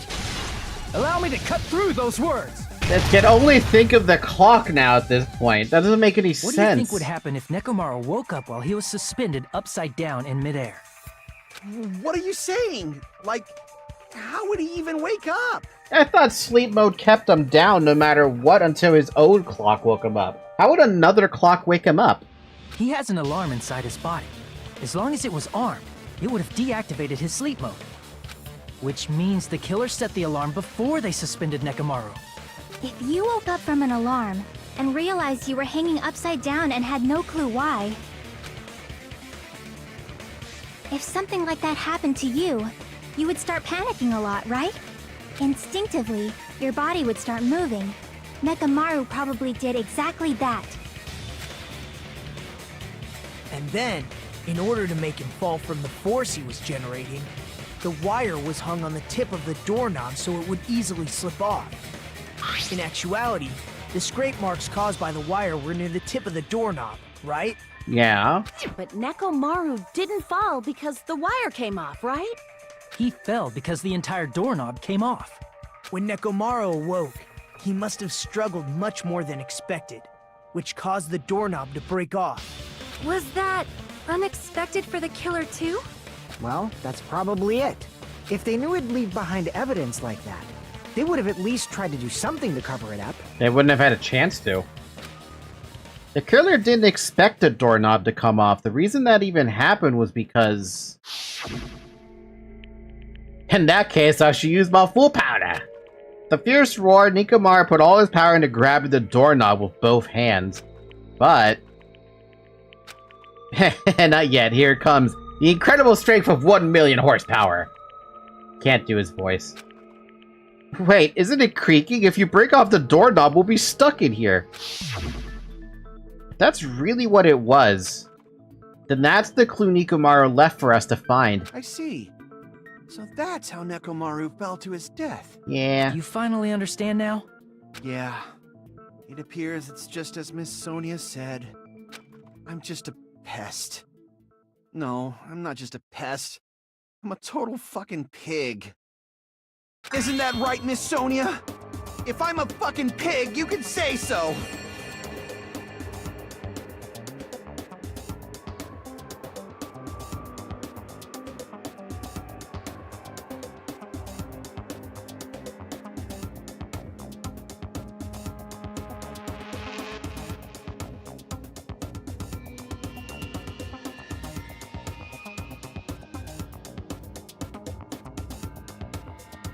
I lost all hope at this, man.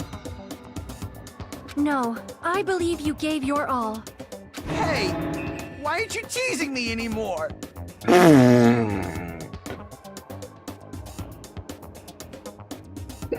Oh my god.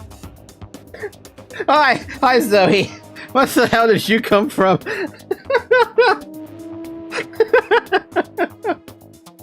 It just popped up in front of me all of a sudden.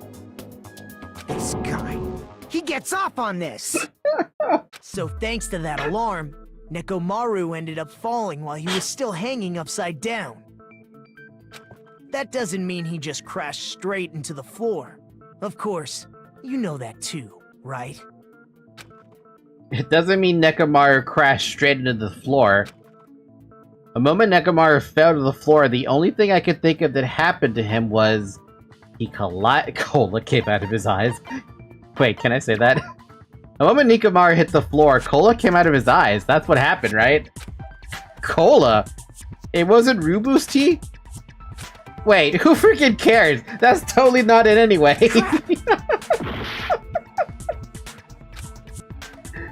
Hey, Calliope Mori.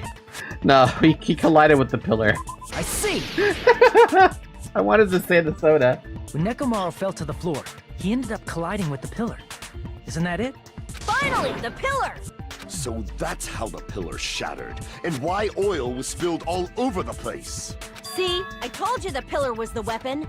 My gut was totally right. Well, the pillar was a bonus. It's not even clear if the killer intended that, or if it was just a coincidence. At this point, it is quite difficult to find a clue that will lead to the killer. There's basically no clue. Then what about the alarm? I'm positive the alarm was set for 7:30 a.m., and if we map it out from there... Hold on, baby gangsta. Stop calling me baby gangsta! What'd you just say? Did you say the alarm was set for 7:30 a.m.? You didn't check it yourself? Nekomaru's alarm was set for 7:30 a.m. Was that 7:30 a.m. or p.m.? Nah, that's impossible. 'Cause even though I slept in a little, I still got to the tower at 7 in the morning. Now that you mention it, so did I. There was no way I could be late for Monokuma Tai Chi, so I left for Grape Tower before 7 a.m. And if we found Nekomaru's body there, it would have been before the 7:30 a.m. alarm went off. It appears yet another contradiction has been birthed. There is a killer somehow. How were you able to Maybe. discover Nekomaru I mean, there's a killer died at clue? 7:30 There's a clue. a.m. That's when weird. You went to the tower at 7. That's what I want to know. Another mystery I don't understand. Seriously, it's just one after another. But I can't choke up at a time like this. Just a little more and I'll be able to reach the truth. There should definitely be a clue to breaking through this contradiction. There's a clue. Is there actually a clue? Because I am very curious what the fuck the clue is.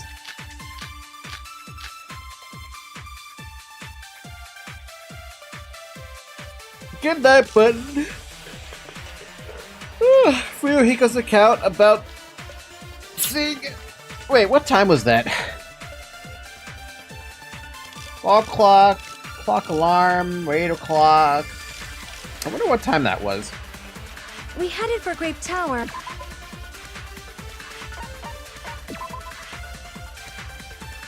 Oh, that was 5 a.m.?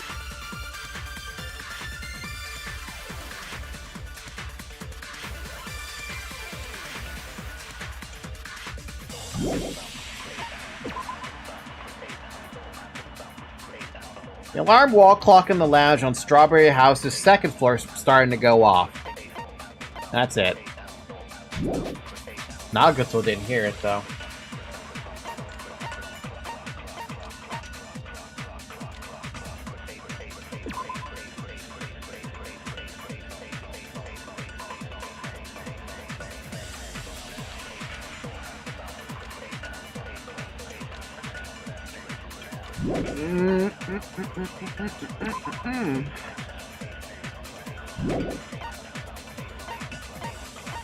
I have no idea.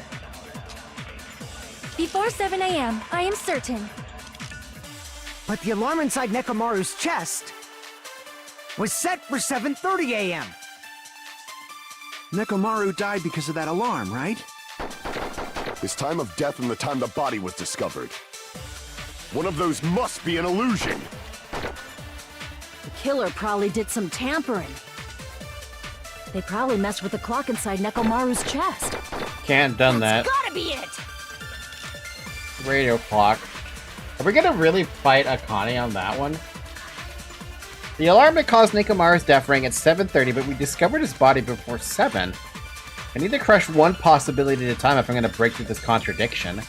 We headed for Grape Tower Before 7 a.m. But the alarm inside was set for 7. Nekomaru died. His time of death and one of those must... The killer probably did some tampering. They probably messed with the clock inside. Can't be that. No, that's wrong. They couldn't mess with the clock. No, the clock inside his chest was a radio clock, so it would have been impossible to mess with. It's been 2 hours. Drink water. So you're saying there's no way the killer could have tampered with the clock? Maybe the clock Miss Sonia saw was the one that got tampered with. The clock inside Grape House? No, I checked all the clocks inside the funhouse. Oh, that's what I asked you to do. So you really listened to me and checked all the clocks. And because of that, I can confidently declare that all the clocks had the same time displayed. If there's no possibility that the time was tampered with, then we must doubt that human's testimony. Please believe me, we are not lying. Then maybe it's a misunderstanding? I never misunderstand. I'll crush you into dog food. This time-related contradiction. I don't think I should doubt the testimonies. I should doubt the clock. There's no mistake that something was done, but what was it?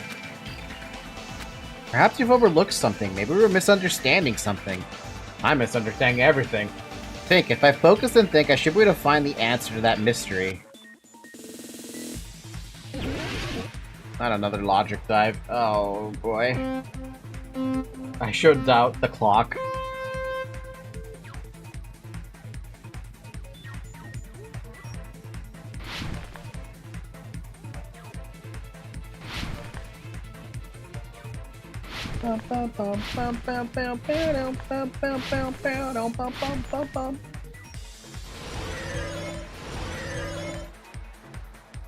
What did Hajime and the others misunderstand?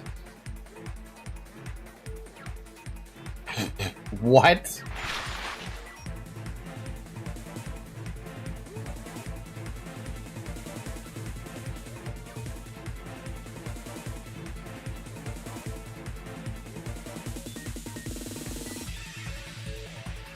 The time in the building? That's right?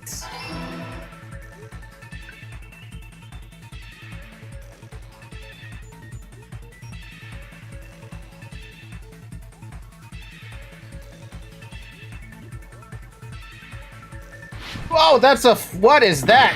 What in the fuck is that one?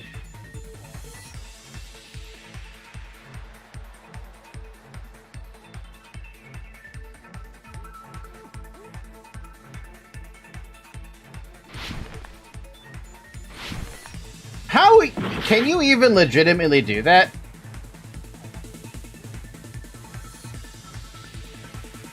I mean, I did it once. You're supposed to do that all 3 times? Dude, it doesn't work for me. It just kicks me off of the thing when I try to do it. It clips me through. Oh, don't tell me this is the part of the game where I'm gonna get mad.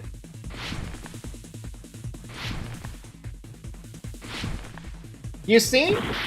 Did you see how bullshit that is? I'm not even gonna get to question 2 at this rate. I'm gonna run out of time.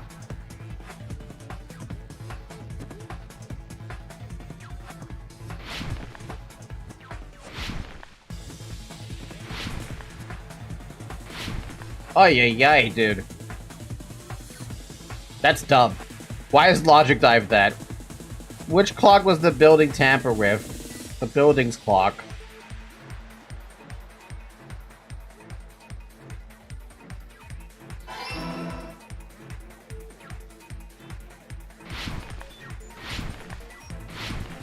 Oh god, it just gets worse and worse. Ow! Stupid Logic Dive.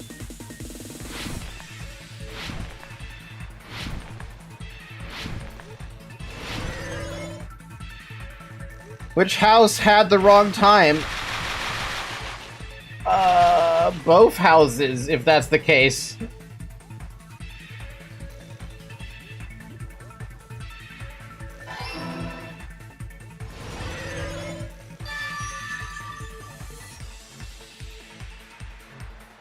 So the time... Okay, that...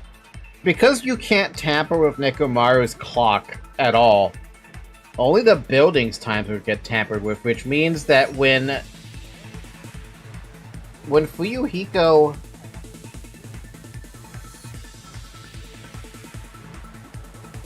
What time did Fuyuhiko see him, then? Not gonna lie, for me, this was the best fucking minigame. It is a fun minigame. It's all coming together. It's definitely different. But man, that specific jump was not cool. You said you checked all the clocks inside the building. Isn't that right, Fuyuhiko? Yeah, none of the clocks had the wrong time. But what if all those clocks have been messed with? What? All the clocks? So even if you checked all the clocks inside the building, there's no way you'd have noticed it. I see. So the killer messed with the time inside the whole building by changing all the clocks. So that's what it was. There's no way I would have noticed that. This is truly fantastic! Now's not the time to be pleased. More importantly, how much was the time off? At least 2.5 hours. She's right, that's the main problem. I need to clarify by how much the time was off after the killer messed with the clocks. That's definitely the next mystery. I'm gonna reach the truth in one go.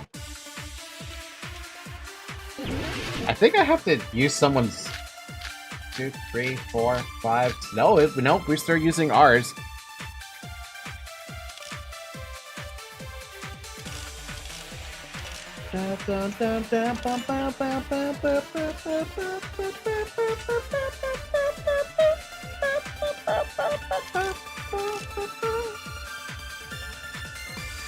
If the time in the building was all messed up... Kane's account?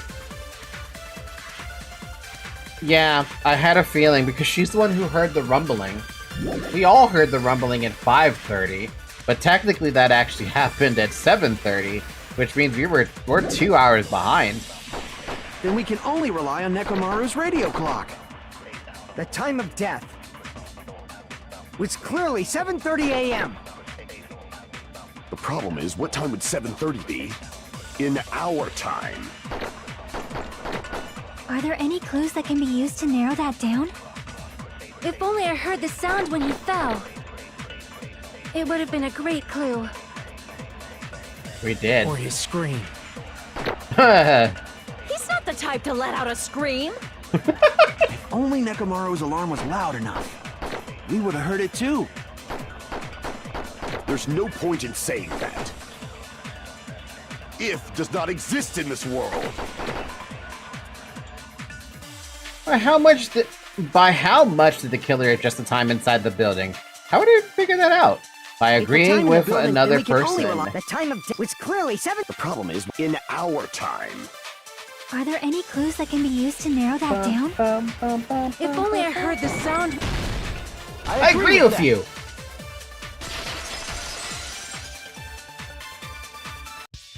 That's right. We should have heard the sound he made when he fell. Wasn't it that rumbling noise? Rumbling? I thought it was just an earthquake, so I went back to sleep. Was that the sound from when Nekomaru fell? Man, I would have had to make one hell of a loud sound, right? Banged his head on a pillar fell, and everyone would have heard that. Well, a huge body fell from the 4th floor to the 1st, and the pillar fell with it. It's obvious we'd hear the impact sound. We heard that noise too. It was when we were gathered at the Strawberry House Lounge. What is it, Sonia? Oh, well. That sound everyone heard? I did not hear it at all. Huh?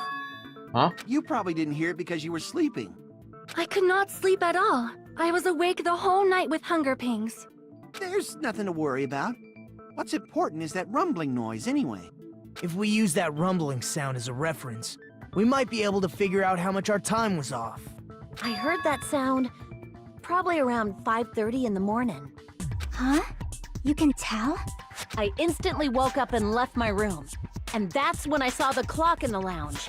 Excellent work, Akane!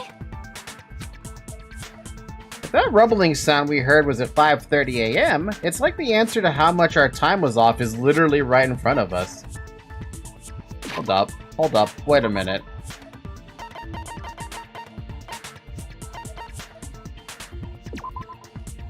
Just want to make sure I'm not doing something dumb, because that could easily be 4 hours of a difference, which would be funny. I see! Nekomaru's alarm went off at 7:30, and if we heard the sound of his impact at 5:30, that means our time was off by 2 hours. 2 hours? That much? We were starving pretty badly. There's no way we would have noticed. Yeah, no. I don't Plus, the think so. funhouse has no windows. And there weren't any Monokuma announcements either. However, for what reason did the killer alter our perception of time? The reason is obvious. So they can lure out just Nekomaru. Lure out only Nekomaru? If you messed with the clocks and used a specific thing, you definitely get Nekomaru to the tower alone, right? From there, the killer's plan was a splendid success. That's all it means. Wait, what time is Monokuma Tai Chi? I thought it was at 7 a.m. That means everyone would have missed it. But then, what's his name? Monokuma didn't care because he knew someone was planning a killing. Besides messing with the time, the killer also used a specific thing? They were trying to lure out only Nekomaru, then that specific thing is Monokuma Tai Chi. I see! That's it. The killer made use of the Monokuma Tai Chi activity in the morning. How did they use it? We were required to go to Grape Tower every morning at 7 a.m. for that activity, right? But if they mess with all the clocks inside the building, what would that do to us? We wouldn't be able to attend on time, but that wouldn't affect Nekomaru. His radio clock had the exact time. That's right. In doing so, the killer was able to lure him to the tower by himself at the precise time. Oh, damn. Okay, so he set the clock after the fact. Then, when I witnessed Nekomaru early in the morning...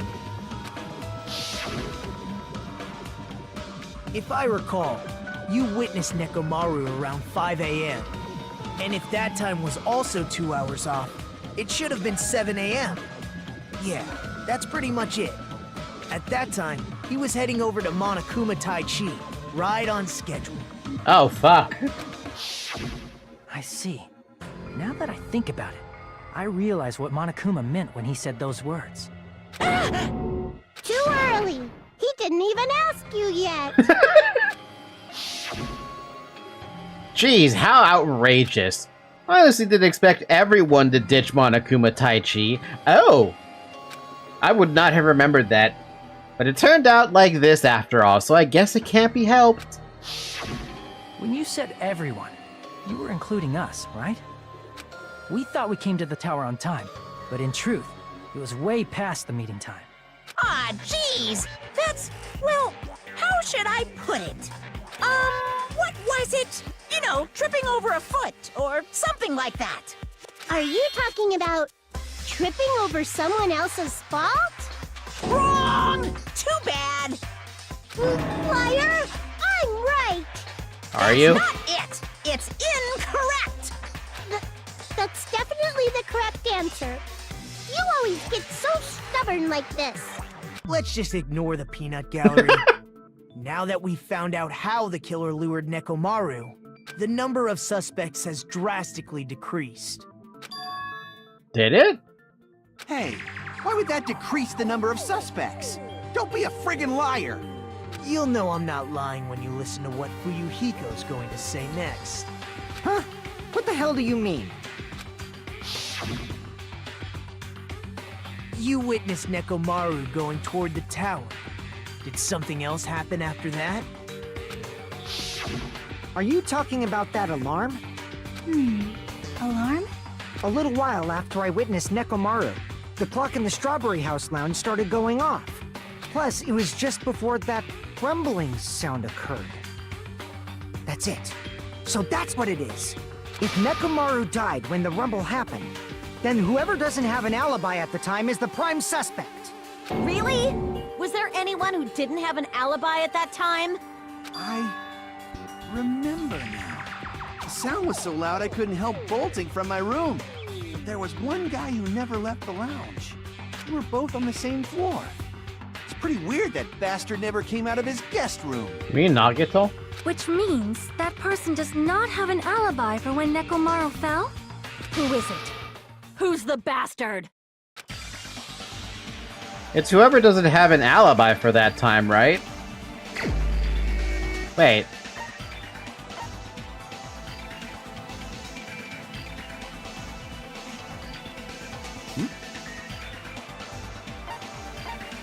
You had an alibi, you had an alibi.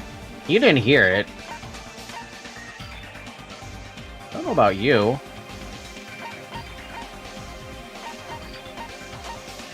Is it Gundam? No, I didn't think so. I was aware that the lounge clock was ringing after I rushed over, didn't I? It's true, he did come out. The only one who didn't hear it was Nagito. Crap!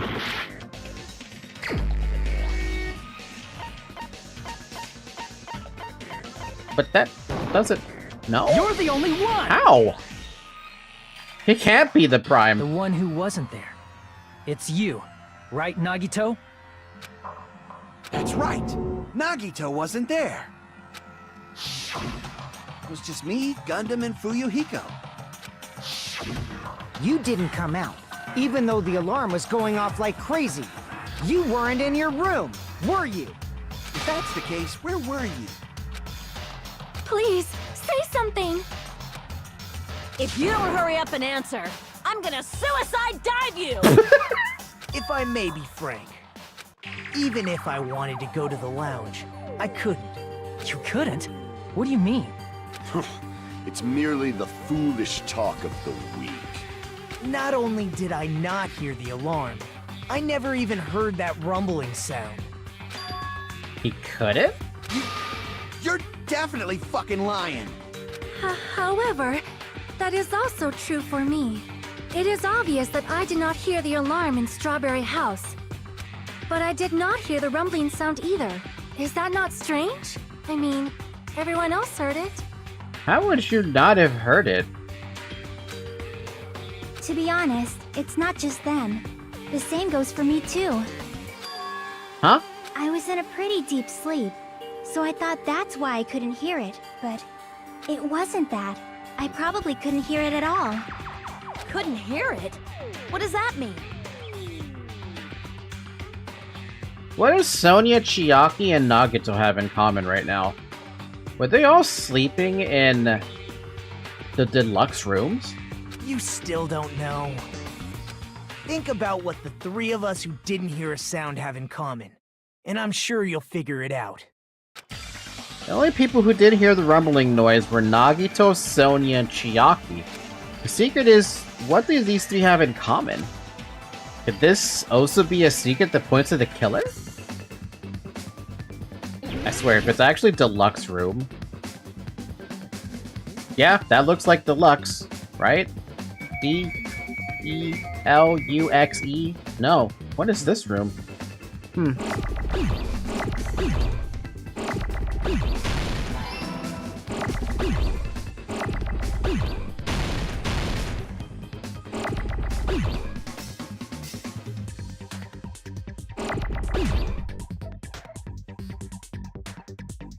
Wait, what was that stupid room called? Was it deluxe? Or duplex? Was it duplex? Deluxe room. Okay, I was like...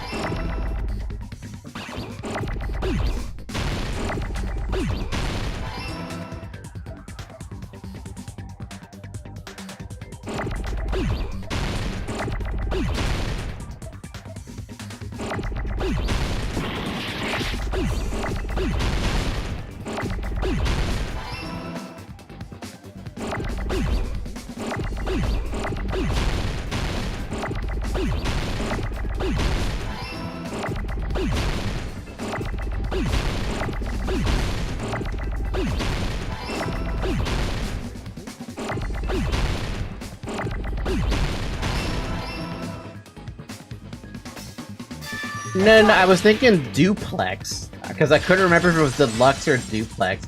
Danganronpa room. Nagito, Sonia, and Chiaki. The three of you were staying in deluxe rooms. How did I even have a remote idea of remembering that? How did I even... I should not have remembered that detail at all. If I recall, the deluxe rooms are... The guest rooms are divided up by quality grade. The deluxe room is... Yeah, there's no way I would remember that. Soundproof and has excellent air insulation. The standard room may have so-so insulation, but it's still pretty decent. And the crummy room has severe airflow and draft problems. The reason we could not hear the rumbling noise... That's right. It was because the deluxe rooms have superior sound insulation. You actually noticed that. Nice catch, Hajime.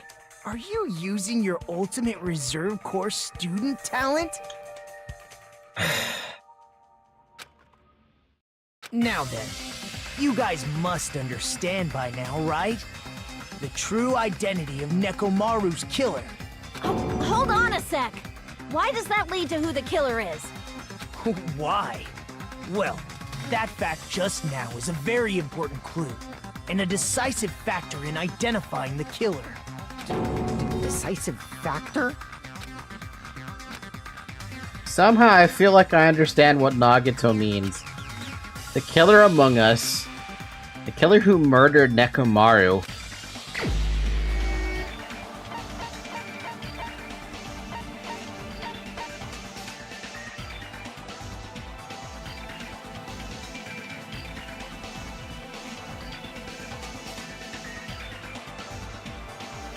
Please let me be wrong. Please let it be Sonia. Okay, thank God. Crap!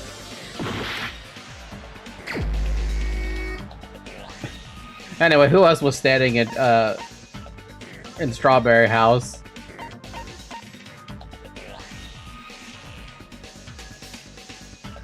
I mean, she has been kind of weird this entire time. Is it really her, though?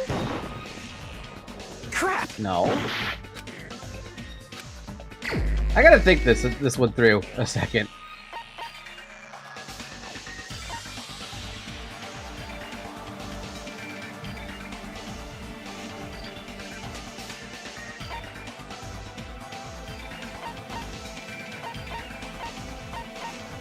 I can't think.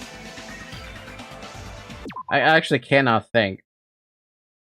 I think because my brain has hit a limit with this one. Right, Zoe? I'm gonna pet you for a second.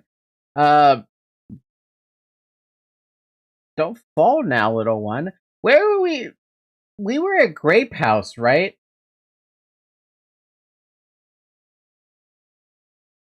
Look at Fu. He could try to deactivate the clock. It won't let me look at the, what's it called? The, stuff. Okay, so...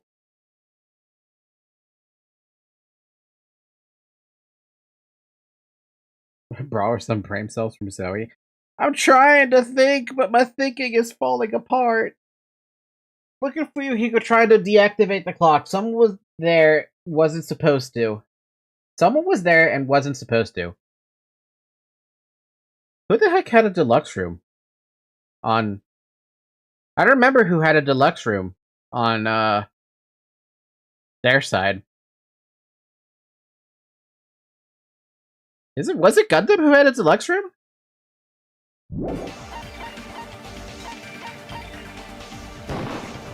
You're the only one! It was he. Yeah, I don't remember who had a deluxe room. Gundam, there's something I want to ask you. When the alarm rang at the Strawberry House Lounge, you rushed over there too, right? What's wrong with that? If the bell of catastrophe rings throughout the night, it is the universe's providence to stop it. Why were you able to hear it? Hear what? I mean, you were also staying in a deluxe room, right? Yeah, that's a detail I would have had to... The only way I would be able to remember who was staying in what deluxe room would be if I actually had not had a 2-week gap between when they got the room to the class trial. Nagito was staying in a deluxe room in the same house on the same floor, and he couldn't even hear it. So why were you able to hear that alarm? Now that you mention it... Gundam? There is only one possibility. You weren't in your room at the time. That's why, even though you were staying in a deluxe room, you still went to the lounge. Am I right? Gundam, you have some sort of explanation, right? Gundam probably couldn't return to his room because of Fuyuhiko. Me?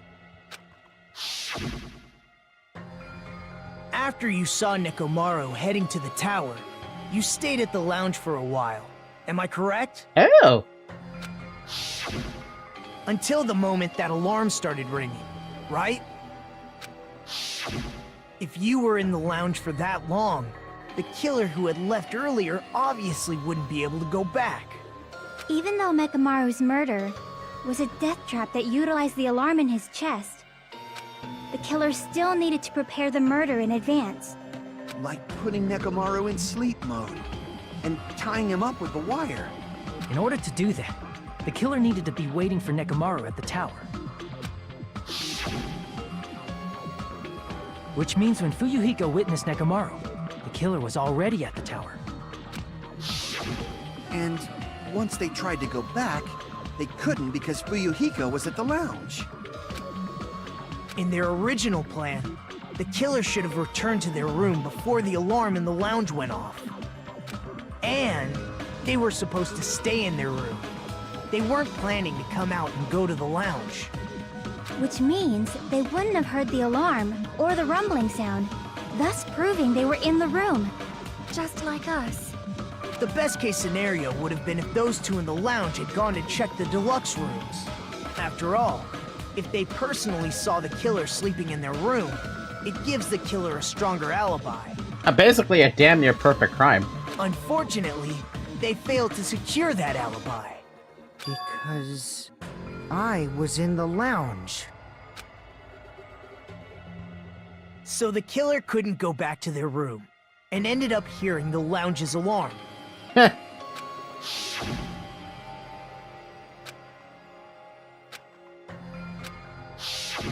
why'd you come out? You should have hid till the excitement died down. There's no way he could get to his room. If Gundam tried to hide, and if those two went to his room to check on him, he would have been found out. That would have been the worst possible outcome. That's why he couldn't just stay hidden. If those two had just checked the deluxe rooms as planned, that would have been ideal, but Wait, hold up, wait a minute. You said there was a clue that immediately points to Gundam.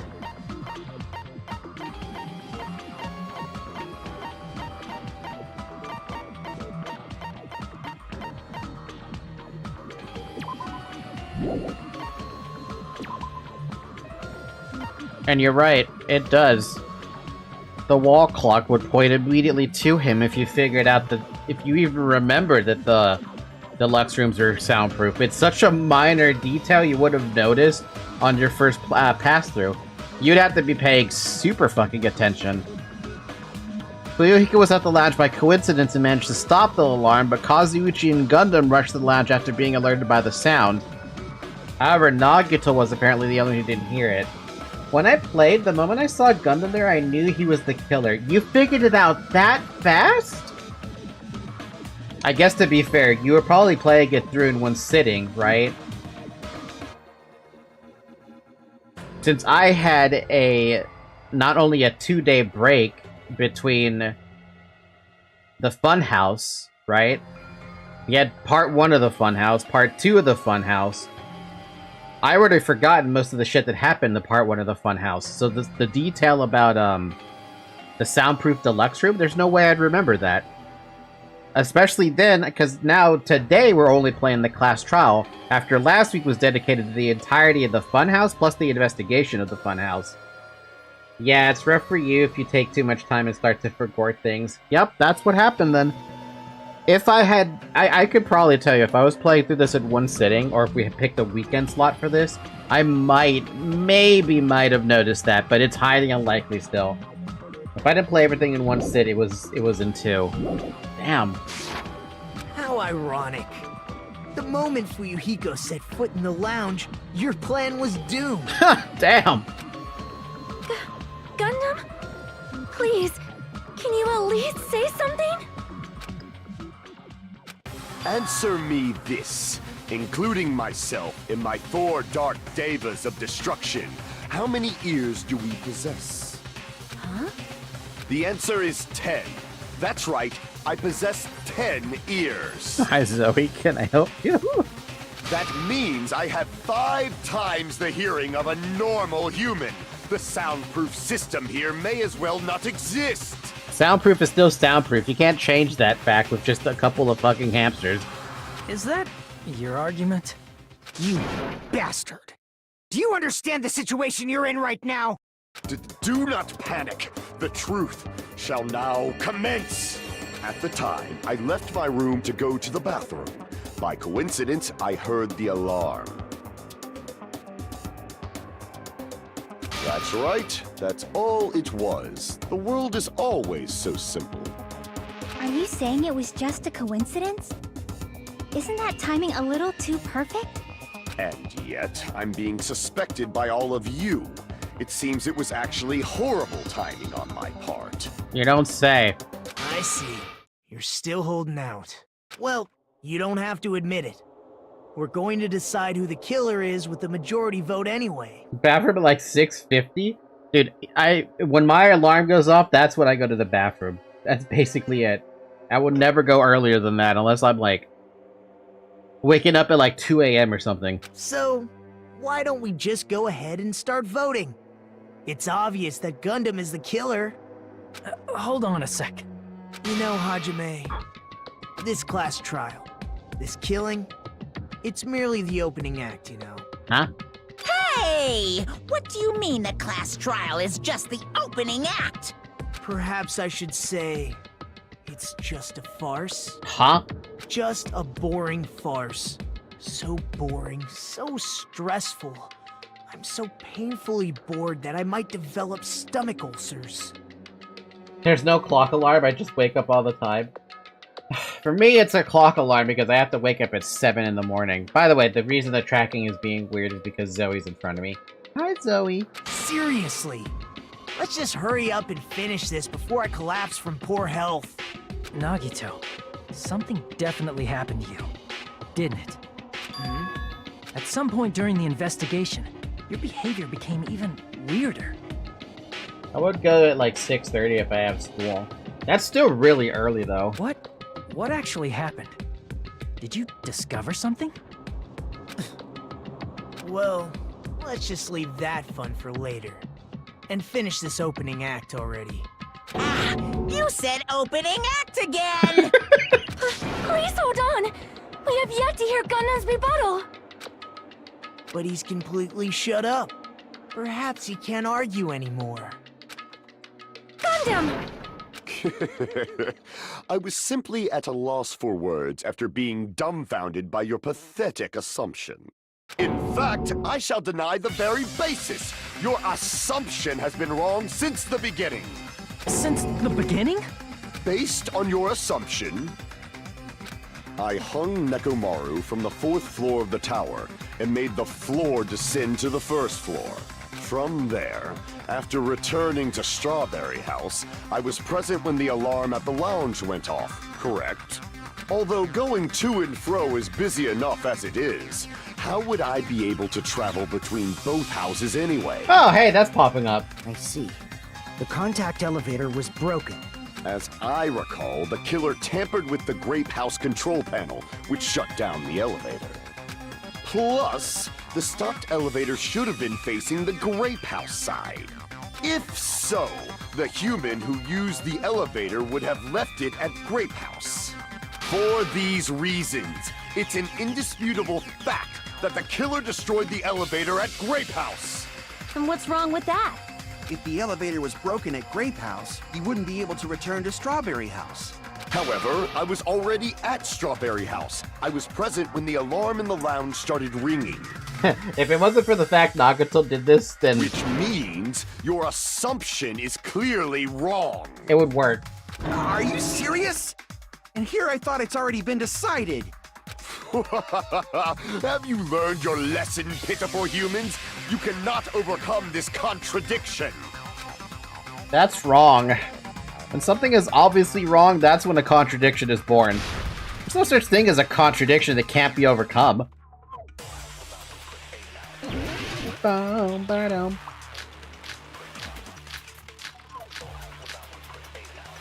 Of course the thing about, let's just see what it says. That elevator was the only means of travel between the two houses. As long as that elevator was broken, your assumption collapses.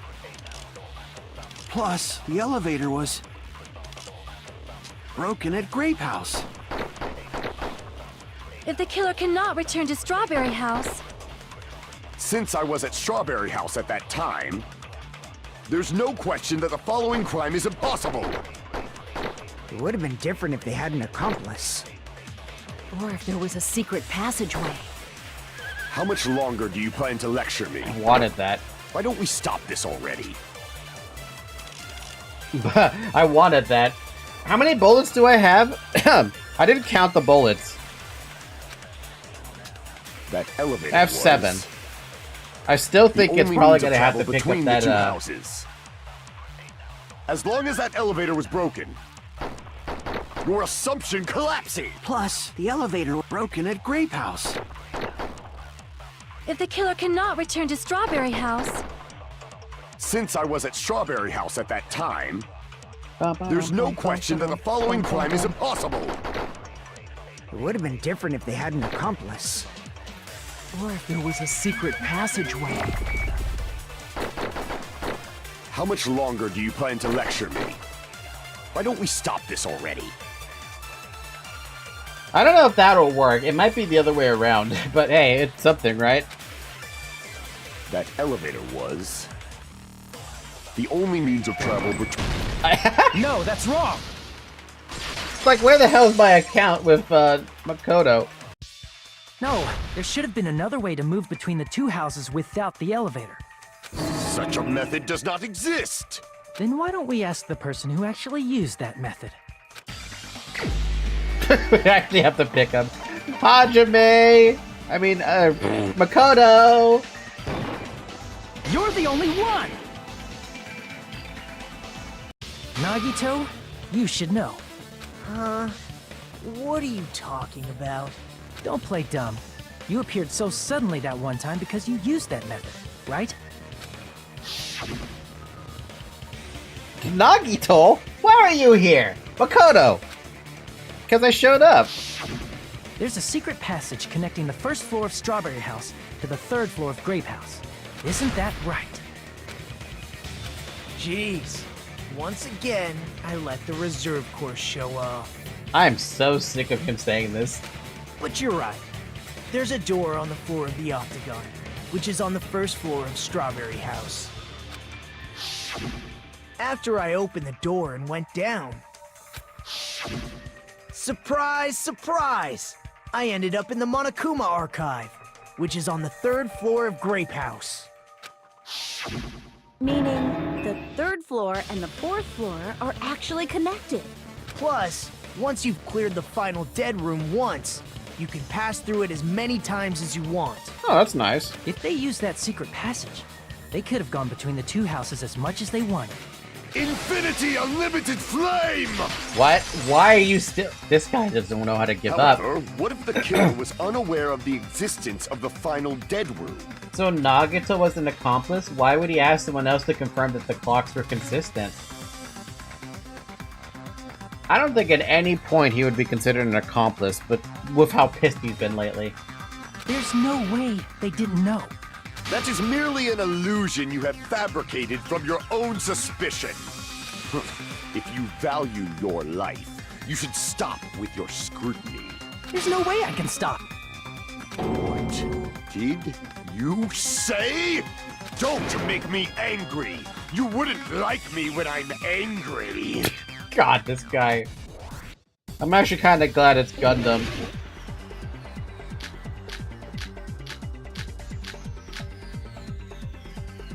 Wow, this is interesting. The wire, the good night button, the tipped over pillar, the fragments, the alarm clock, the radio clock, and the broken doorknob. What are we arguing here? That it was impossible for the secret passage, or the final dead room secret passage to be found out? There's no way. You wouldn't be able to set the alarm clocks otherwise. Speaking of that, the dead room was...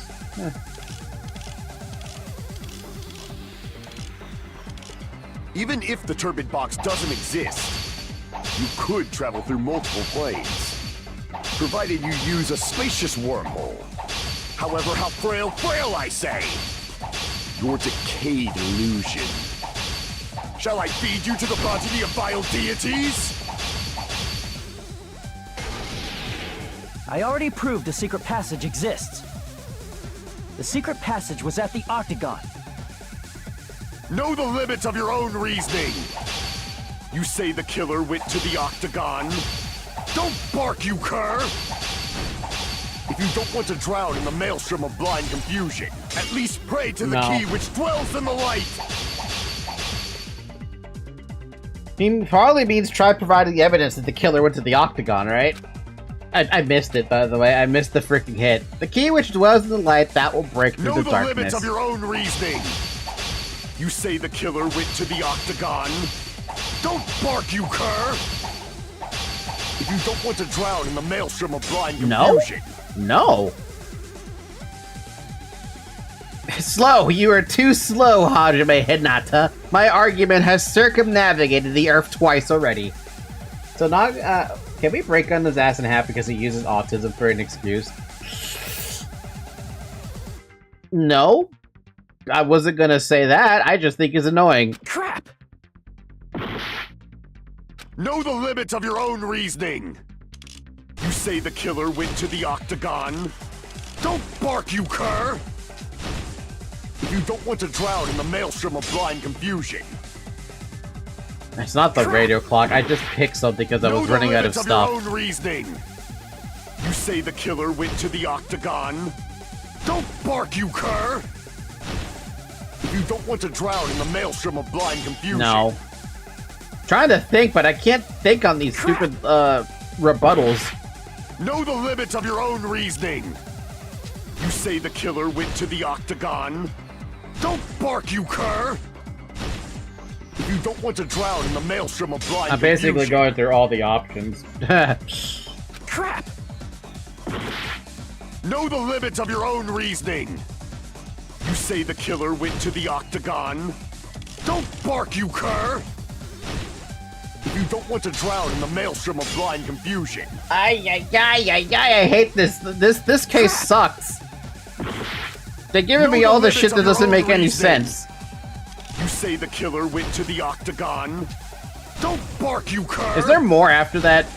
If you don't at least pray to the key which dwells Oh my in the god, light. I have to retreat out, man. Damn it! Even if the turbid box doesn't exist, you could travel through multiple planes, provided you use a spacious wormhole. However, how frail I say! Your decayed illusion. Shall I feed you to the progeny of vile deities? Which one is it? Which one is it, dude? I don't know which one it is. Secret passage was at the Octagon. Know the limits of your own reasoning. You say the killer went to the Octagon? Don't bark, you cur! If you don't want to drown in the maelstrom of blind confusion. I'm about to hit myself. I'm about to hit myself with how stupid this one is. Know the limits of your own reasoning. You say the killer went to the Octagon? Don't bark, you cur! If you don't want to drown in the... I don't know why that works. I don't know why that one specifically worked. None of it makes any fucking sense. I'm actually Wire pissed. used to string up Nekomaru's body. The hammer that looked like the weapon, and the chain on the door in the tower. Those are all the items that weren't in Funhouse. Where did the killer obtain them? The only place I can think of is the Octagon.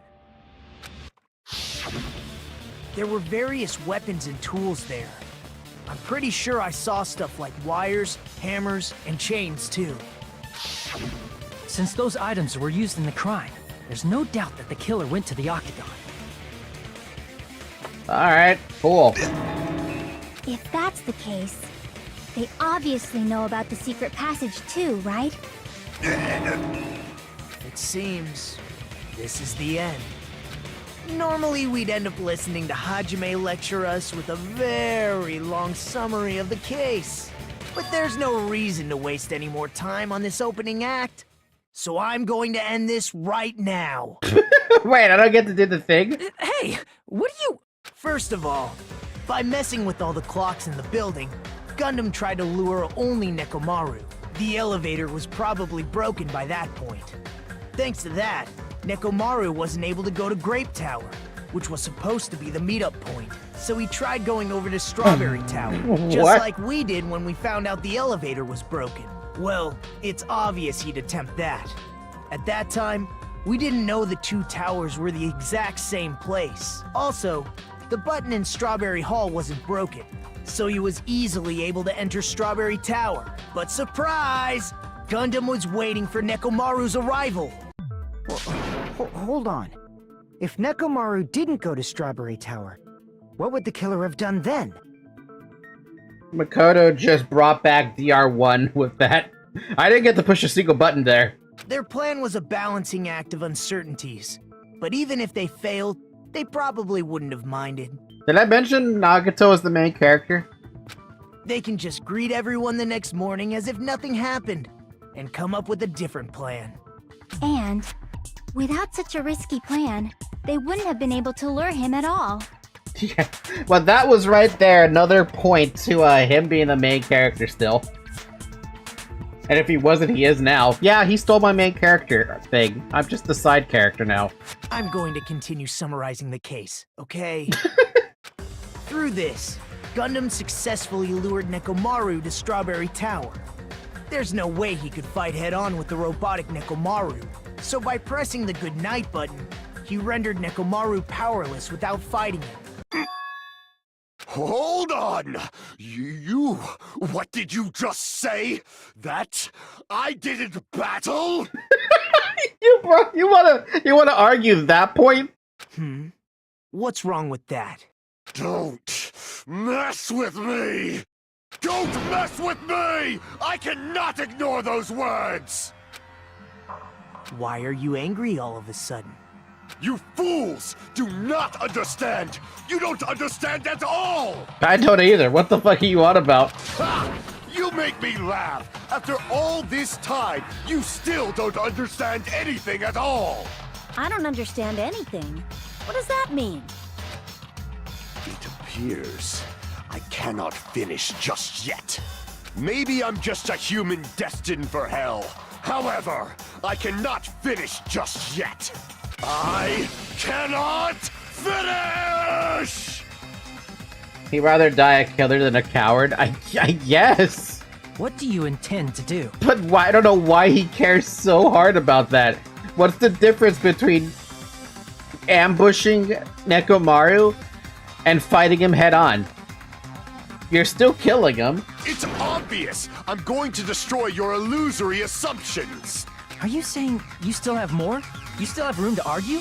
Honor. Your words. You said I pressed Nekomaru's goodnight button. I ain't no bitch, Gundam. Probably. However, that button was on the back of Nekomaru's neck. To press it, I'd have to get behind him. It's not easy to get the drop on Coach Nekomaru. It's even more difficult if it's a one-on-one situation. Just as I thought. Truly frail. Succumbing so easily to this simple argument. It was just a mere illusion. Japanese have a culture around that? Oh god. I guess that would be a good reasoning for it. If you want to set me up as the killer, at least surpass your own human limitations. Honor for them most of the time is more valuable than our lives. Considering you can even still sue in Japan for honor, I mean, I'm not surprised, man.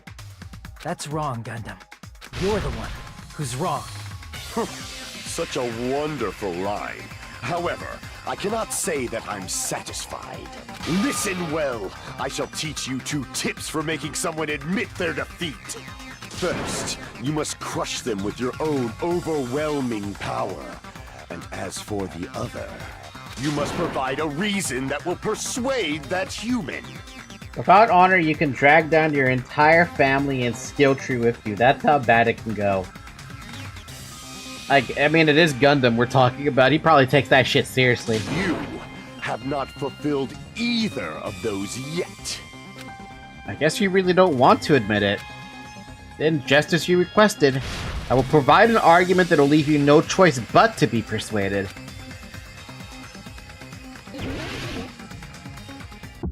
Uh-oh, that's a lot of shields. I won't let you! For the Tanaka Empire! Wither! Crushed as David prophesies! I won't let you! For the Tanaka Empire! Wither! Crushed as David prophesies! Show me the cadaver!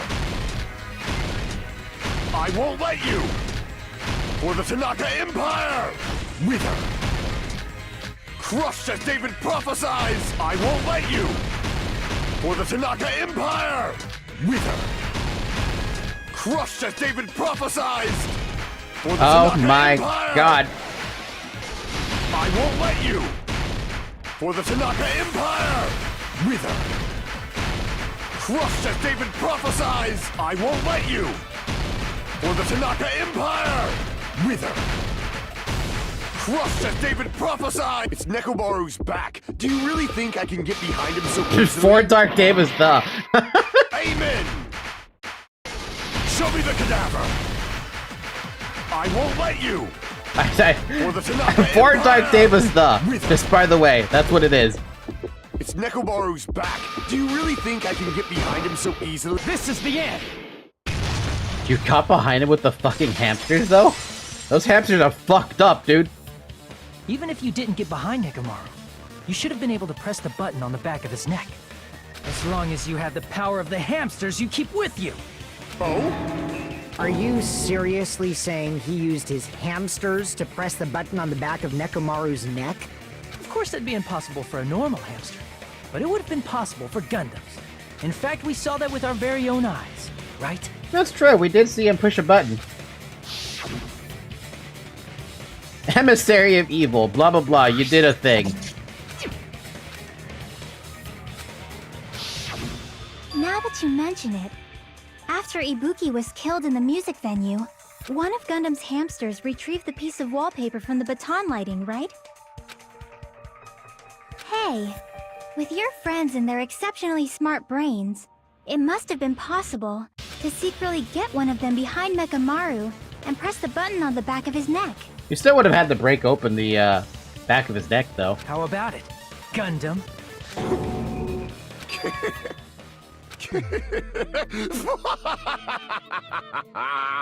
Not just myself, but you actually brought up how splendid my subordinates are. I have no recourse but to admit it. Admit it? Did you say He's fine with you that. admit it? He's fine with giving up there. It appears I've obtained a one-way ticket to hell. Fine! Then you must trample me underfoot and advance. Victory can only be built upon a foundation of corpses. You cannot find peace without sacrifice anywhere. What if Kuma just reveals a second head one day and starts calling himself Stereo Kuma? Stereo Kuma? Now, trample this life! Trample it as though it were mere trash on the side of the road! I know, I get it. I hate the... Ina would love that joke. She would absolutely love that joke, and I'm over here just cringing at the thought. Pull the curtain strings of this worthless performance with your own two hands! I love this joke as well. You are a takodachi, though. It's been 3 hours, by the way. Drink some water. Do I actually have to do a closing argument? God damn it. I thought we were done with that. Alright, what do we have? Who set the lounge... Wait. They did what to the alarm in Nekomaru's chest? The hamster pressed it. Nekomaru wakes up. Does he need to sleep? Fuyuhiko can't sleep. And alarm set for 5:30. It's 2:40 a.m. right now. Who was in the lounge early in the morning? What time did Fuyuhiko see Nekomaru? That's right. Oh wow, he actually went to the attack. It's ambushed. Nekomaru's weakness is... hamster. The wire wrapped around... Hey, what is this icon? Oh, he wakes up from sleeping. Ba-dum-bum. Who gathered at the lounge? Why did Nekomaru fall? He woke up. No. Who heard the rumbling? Alarm set for 5:30.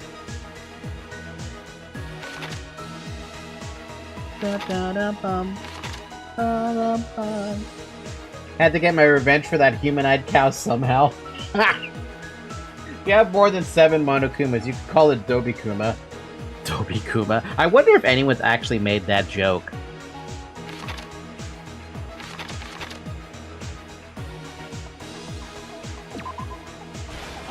What? Oh, yay. Ba-da-dum-dum-dum. Ba-dum-bum. That wouldn't have made sense. Ba-da-dum-bum, ba-dum-bum. Ba-dum-bum, bum-bum, ba-da-dum-bum. Ba-dum-bum, ba-dum-bum. Ba-dum-bum. Ba-da-dum-bum, ba-dum-bum. Ba-da-dum-bum, ba-dum-bum. Ba-da-dum-bum, ba-dum. Ba-dum-bum. Ba-dum-bum-bum. Ba-dum-bum. Ba-ba-da-ba-ba. Ba-da-ba-da-ba.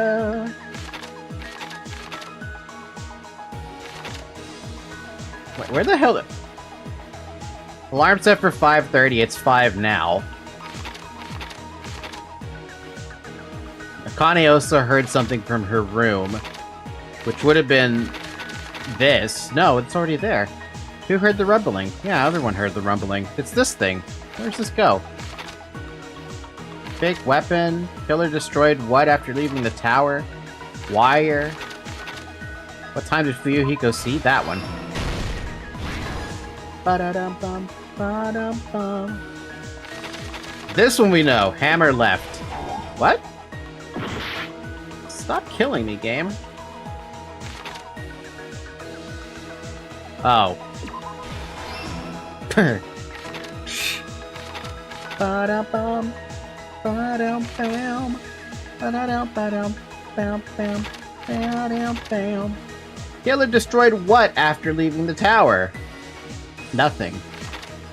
Wire wrapped around Nekomaru's feet? Nothing.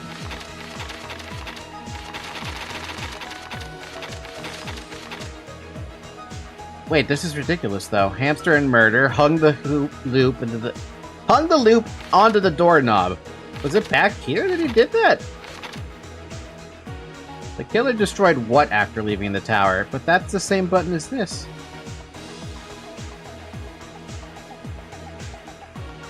Unless this is the... Oh, that's strawberry door. Wire wrapped around Nekomaru's feet on the doorknob? Damn, okay. Last one. Uh-oh. The killer destroyed what after leaving the tower? This. The strawberry door. And on the last one, the last person to hear it because of the rumble. Here's everything that happened in this case. Your mom. Whoa! Let's first go over the many tricks the killer prepared before they committed the crime. First, they destroyed the contact elevator. This separated Nagito and the others in Strawberry House from our group in Grape House. Next, they lured Nekomaru out by himself by turning back all the clocks in the funhouse by 2 hours. Additionally, in order to secure an alibi, the killer went to the Strawberry House lounge and set the wall clock's alarm to 5:30 a.m. After finishing their preparations, the killer went to Strawberry Tower with the necessary tools in hand. They obtained these tools from the Octagon, which you can enter once you clear the final dead room. No, the destruction would take too long. They would have been caught. Kidding. Gundam could have been caught on the open act if I had seen it and remembered anything. This means the killer discovered the secret of the funhouse faster than anybody else. That secret being, Strawberry House and Grape House are actually the same building.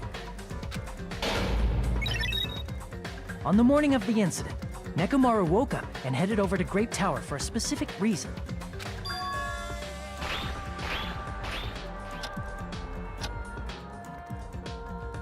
There, Fuyuhiko, who was at the lounge by coincidence, witnessed Nekomaru. According to Fuyuhiko's testimony, that was around 5 a.m., but by that point, the killer had already messed with our perception of time. In actuality, Fuyuhiko witnessed Nekomaru at 7 a.m. That's also the same time Monokuma Taichi begins. Nekomaru went to Grape Tower to participate in that. However, because the contact elevator was broken, Nekomaru was unable to go to Grape Tower. So he decided to try going to Strawberry Tower. But the killer was waiting for him there. With the power of hamsters, they were able to press the good night button on the back of Nekomaru's neck. I can't believe Coach Nekomaru ended up being killed off by what is essentially hamsters. I guess in terms of power scaling, this forced though. him to enter sleep mode, rendering him immobile. I guess if you consider power scaling, Gundam referring to himself as an overlord, right? I mean, it kind of makes sense he should be able to beat a robot. If you think about that kind of power scaling. But it doesn't mean I like it. Doesn't mean I will like it. But the power of hamsters, I want that on a shirt. I'm sure the Danganronpa team has a merch for that, right? Surely they do. From there, the killer began preparing to use the ultimate weapon.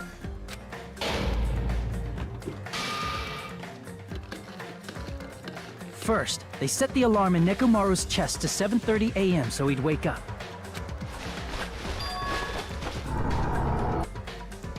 Then they tied him up with a metal wire, tied the tip of the wire into a loop, and hung it on the doorknob.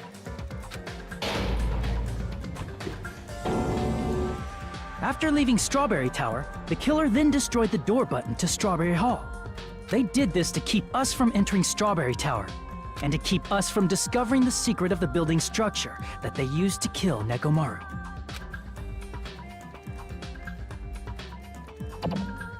Then, they used the secret octagon passageway to travel to Grape House.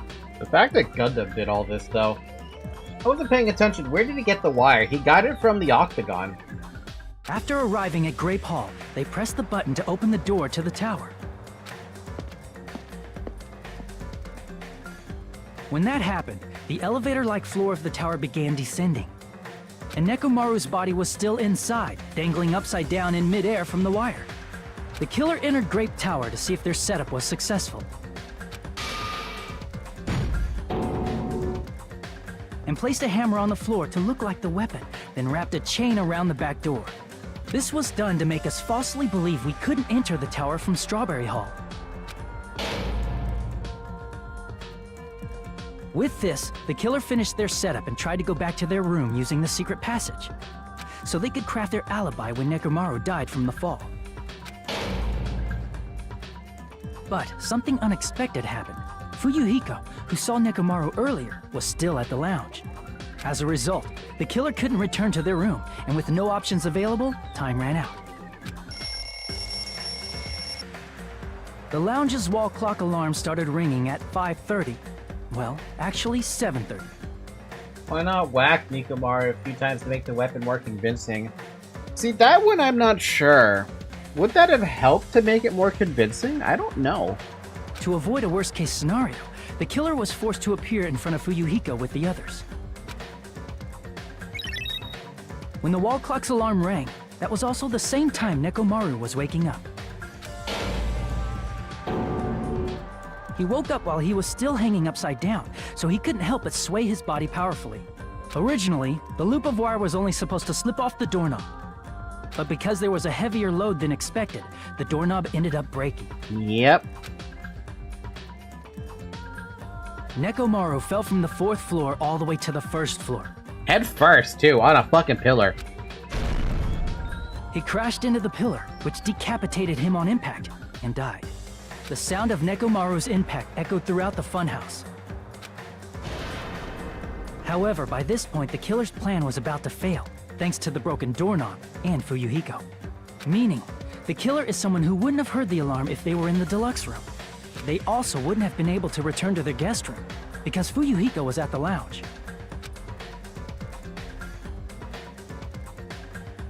That someone is Gundam Tanaka. I can't think of anyone else but you.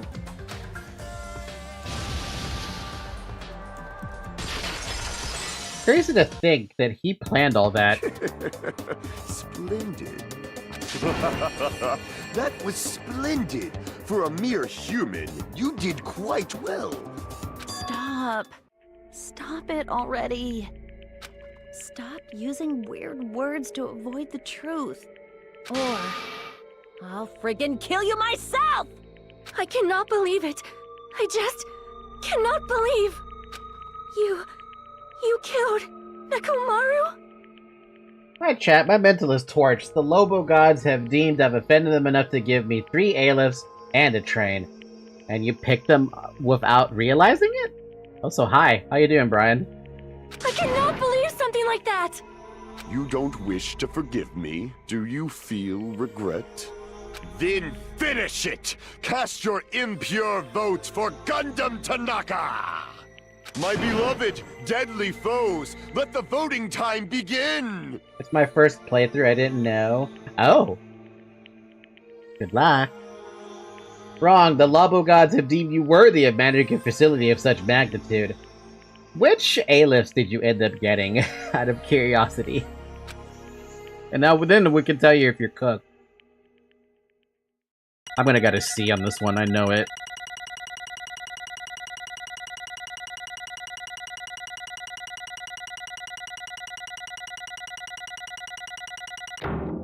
That's the most undeserved B I've ever seen.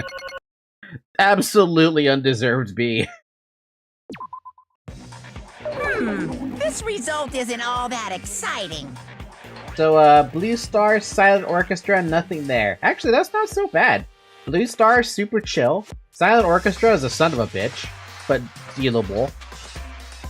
And nothing there is like the worst one of the bunch, but... again, not terrible. Mosby would be worse, but yeah, I can see why nothing there would be not fun. To be honest... oh, nobody is here who's actually seen me play through LobCorp.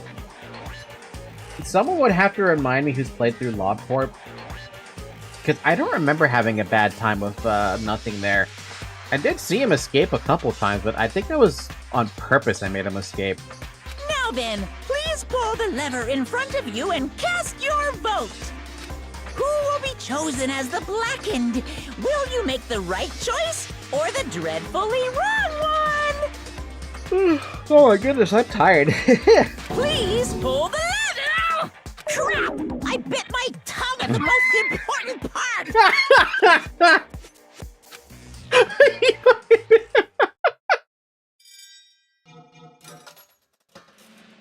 Oh my god, dude. I didn't think he'd ever bite his tongue like that. Gundam Tanaka, you're the killer. How? But why, though?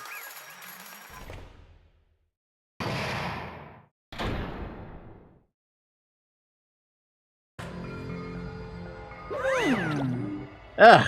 It'd be bad if I bit my tongue again, so I'll speak slowly.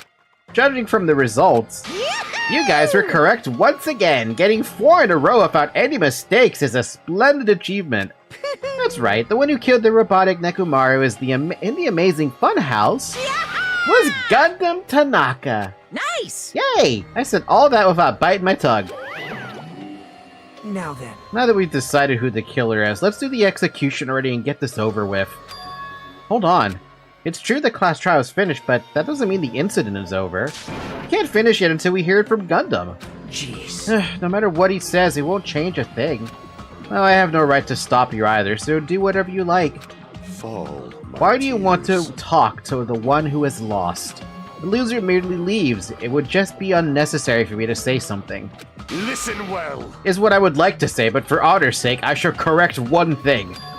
Correct? How You guys said I made Nekomaru powerless without fighting him. That, however, is a great mistake. Huh? fine. Nekomaru did fight, that is no mistake. And because he fought, he lost. And died. Damn it! Lost and died? This, too, must be the will of causality. If he was just trying to cling to life, there are many ways he could have done so. However, he did not allow that. You. What do you mean? Explain. Fine then I shall reveal it all. Let's make history. Within the final dead room, I discovered the secret of the funhouse, and I devised a killing plan utilizing that secret. By tampering with all the clocks in the building, I succeeded in luring Nekomaru to the tower. And this is what happened.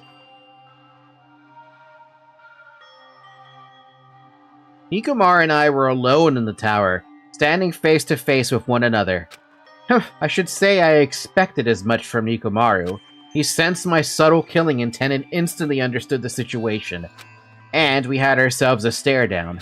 In that situation, if he wanted to run away, it would have been easy for him to do so. He could have run away or even called for help, but he did not turn his back to me. Instead, he chose a fight that risked life and death. What the heck? I guess I'm not surprised by Nekomaru. That is... A fight that risked life and death? Let me tell you. He was serious too. He gave it his all to try to kill me. Oh, damn! If I had died instead, the mystery surrounding the case would have been even more complicated. You would never know why I, the victim, went to the tower by myself. I can see it! Nobody would know that the victim, me, was actually the one who planned the whole thing. Could it be? Mechamaru really did that? Sensing even my subtle killing intent, as expected of you, Nekomaru. The scorching, stinging, tense atmosphere. I've been a team manager for so long, I'd nearly forgotten this. This is great! What a comforting atmosphere! What? That's a great line. And what is your reason? Do you intend to resolve this situation by killing me? I am the Warlock, Gundam Tanaka! Heroes, Lords of Darkness, and even the gods themselves flee from me! I need not cling to any trivial reason. I'm simply going to kill you because your very existence is an annoyance! You'll drench your soul with evil until the bitter end, huh? Splendid! In response to your spirit, I shall kill you with all of my might! Damn! I won't go easy on you. Don't even think about holding back. Don't waste your breath on cowardly tactics. Give me everything you got! Nekomaru Nidai, your blood will drench the foundation of my empire! That is... Hey. Jeez. Those two threw hands. They threw hands for sure. I don't know how Gundam even managed to survive any of that, but... Why? Why did you fight? We are all friends. Why couldn't you stop this? Even if both sides agreed, it was still wrong. I will not argue. I have no intention of forcing my values upon you. Let me tell you. However, I must say this. What's the point of living if you're just waiting until you finally die? You weakling! There's nothing courageous about that. This is abandonment, a mere feeling of resignation. Wait, are you telling us to just wait until we starve to death? I'd rather have that happen to us than have our friends kill each other. Huh. Do you mean you'd rather die? Fall. Ever since we were locked inside that building, everyone had been dominated by that feeling of abandonment. However, nothing is born from resignation. That is simply a reason to give up. If you flinch, you will die!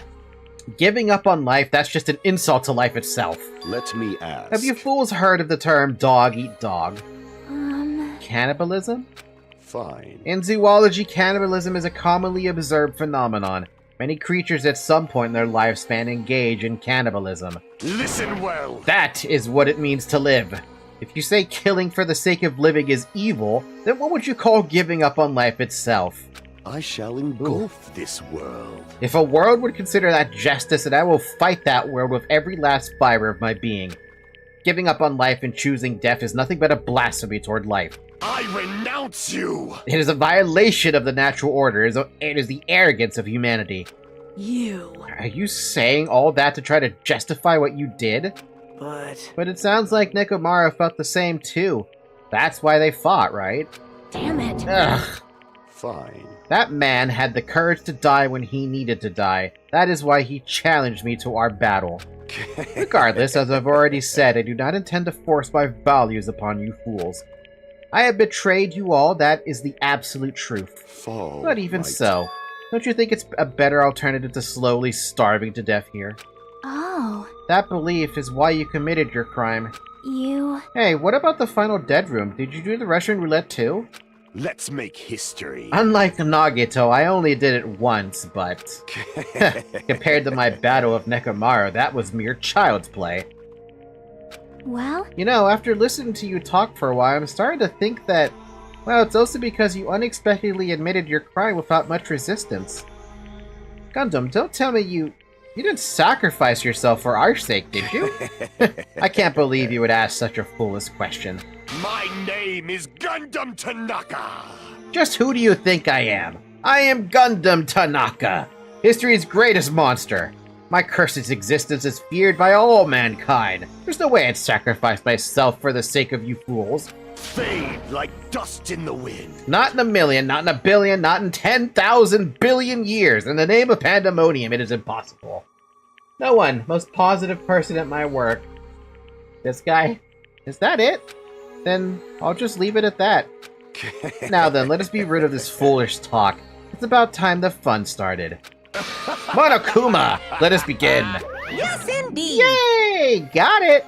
I have prepared a special punishment for the ultimate breeder, Gundam Tanaka. Please wait! Please wait, this is too much. I beg of you! Please, Monokuma, please help Gundam. Huh? Miss Sonia. I beg of you! How pitiful. An act as unrefined as stopping a man from going to his death does not befit a noble such as yourself. Gundam. It's fine to start for reals, right? Fine. Yes, I do not mind. However... What is it, my What is four it? dark devas of destruction? Oh? Are you worried about me? Oh, my feared four dark devas of destruction. That is not like you at all. However, there is no need to fear. In this world, I am only a temporary visitor. I was simply visiting for a moment, and now that my duty is complete, I must return to the darkness. That is why, until the very end, pride, conceit, courage, insolence, fearful of nothing, daunted by nothing. Let us laugh uproariously! That is Gundam Tanaka! I shall stick with my evil until the very end! Open sesame pandemonium! I shall fill hell with true hell! Let's give it everything we've got! It's punishment time! Hey, where'd the cow go? I just realized it's gone. The cow is gone. I am me now. Who would take care of the hamsters now? That's a really good question. I have a strange feeling they're going to be a part of the punishment.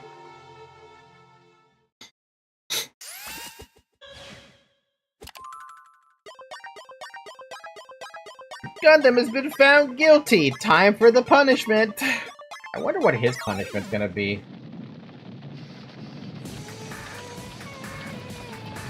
Wow.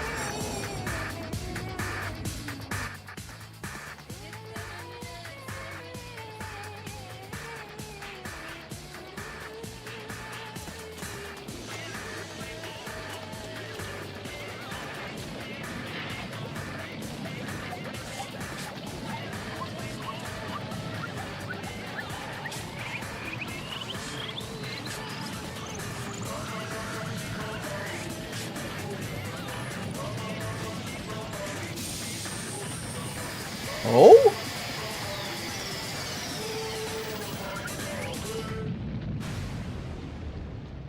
Damn.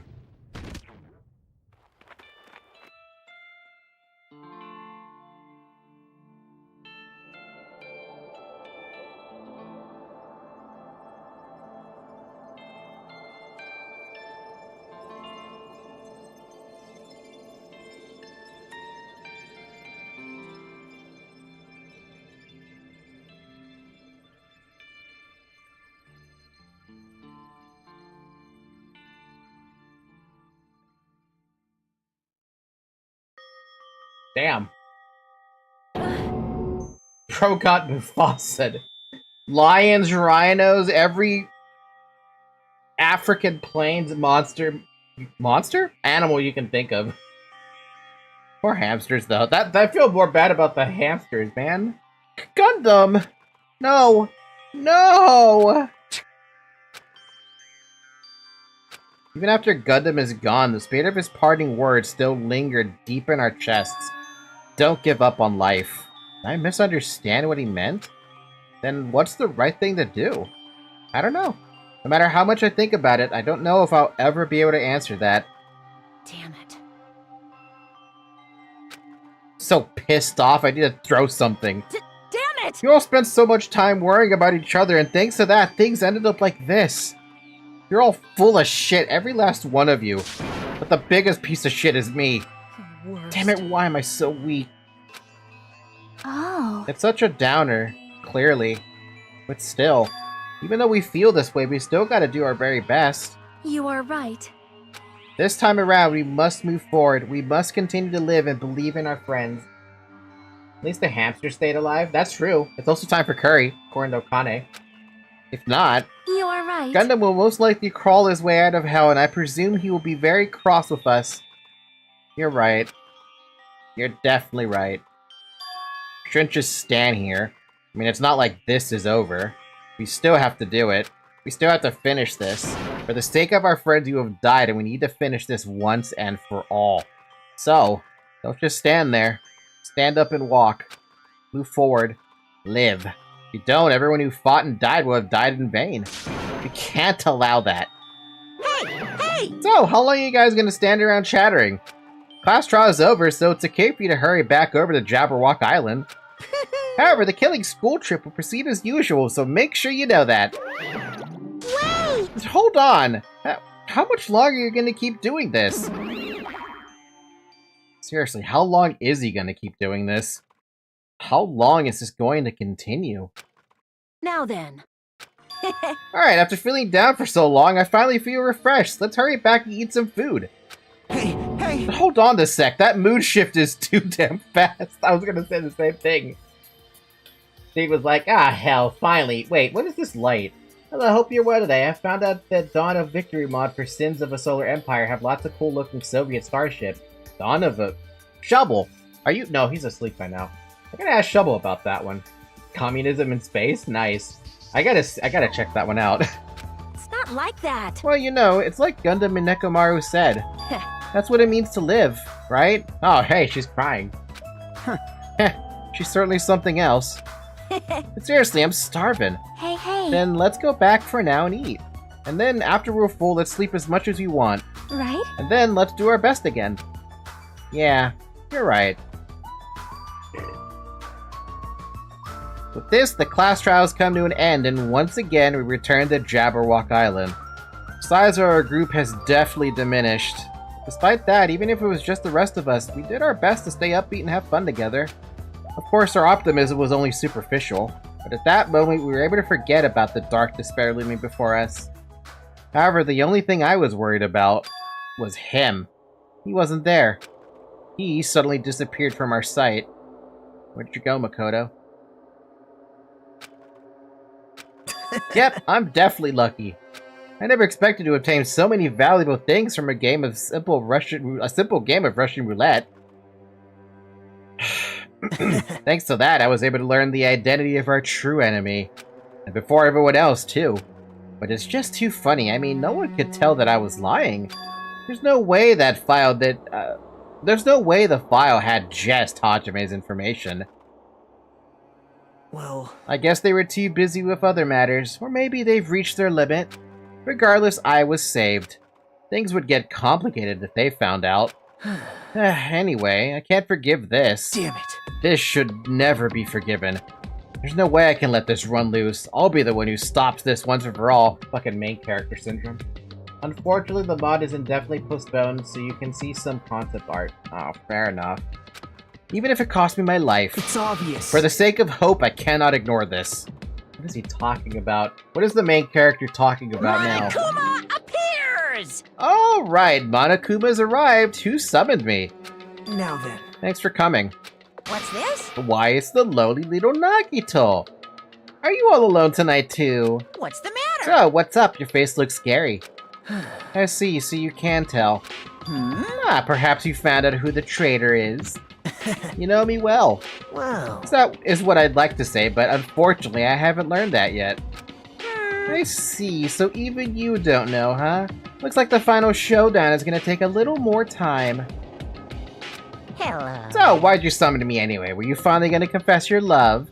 hey, I summoned you because there's something I really need to ask you. It's about the special prize from the final Dead Room.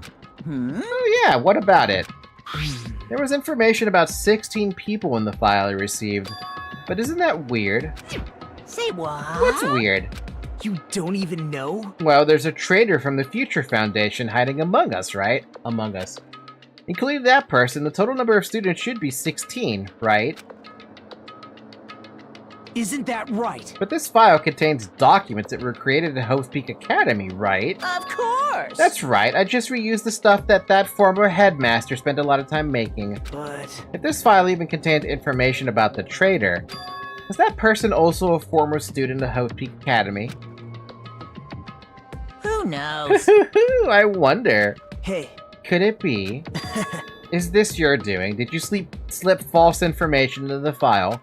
Were you trying to keep us from learning the traitor's identity by obtaining this information? What's wrong with that?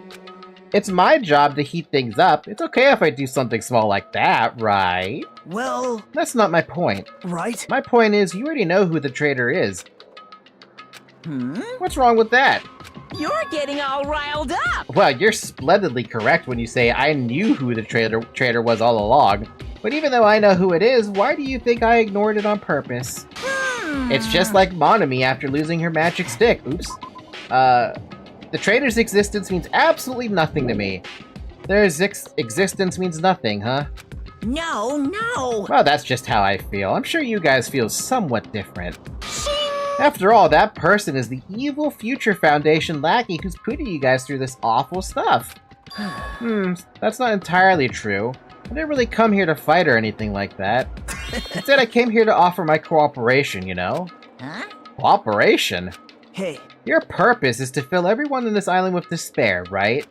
That's why you're intentionally letting the traitor do as they please, right? Yep. Yep. If that's the case, I might be able to cooperate somewhat too. Fucking Makoto, what are you doing? Right? However, in exchange, I want to know who the traitor is. I see. Interesting. Very interesting. No. That's a big no-no. I mean, I want to make everyone in your group feel despair. That includes you, too. Well, I knew you would say that. Besides, I just want to be able to handle the sadness when you inevitably betray me later on. Just as I thought, you saw right through me. You're right. No matter what situation I find myself in, my core way of thinking will never change. In order to create absolute hope that shines brightly, stepladders such as myself and despair exist. You're right. You're a true believer of hope after all. I must say, that belief reminds me of that person for some reason. Huh? Reminds you? I don't know who you're talking about, but if someone as worthless as me reminds you of some other person, they must be extremely unlucky. But you're just as unlucky, right? I mean, the fact that you're even involved in something like this. Wow. Am I? I think I'm actually very lucky. Say what? Huh? You don't know? Wouldn't you say that coming across this much despair is a rather rare opportunity? I can't rely on anyone on this island, that's why I have to be the one who does it. If I could eliminate despair from this island, I won't be a stepladder anymore. I'll become true hope. I'll become an existence that could even be called ultimate hope. The two of you are alike. You definitely remind me of him. Hey, there's one more thing I want to ask you. See? Who are you waiting for on this island? Huh? Looks like I'm right again. You're definitely waiting for someone on this island. Is the person you're waiting for already on this island? Hey. Well, answer my question. That's... If that's the case, if that person was already on this island, wouldn't that be exciting? What is he talking about? What did he learn from that fucking file?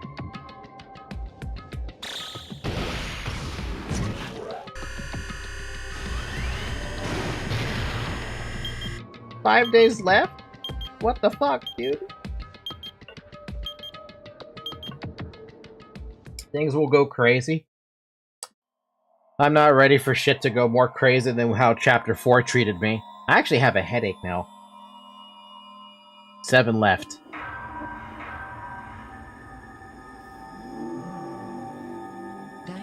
Crazy? I was crazy once. They threw me in a room with rats.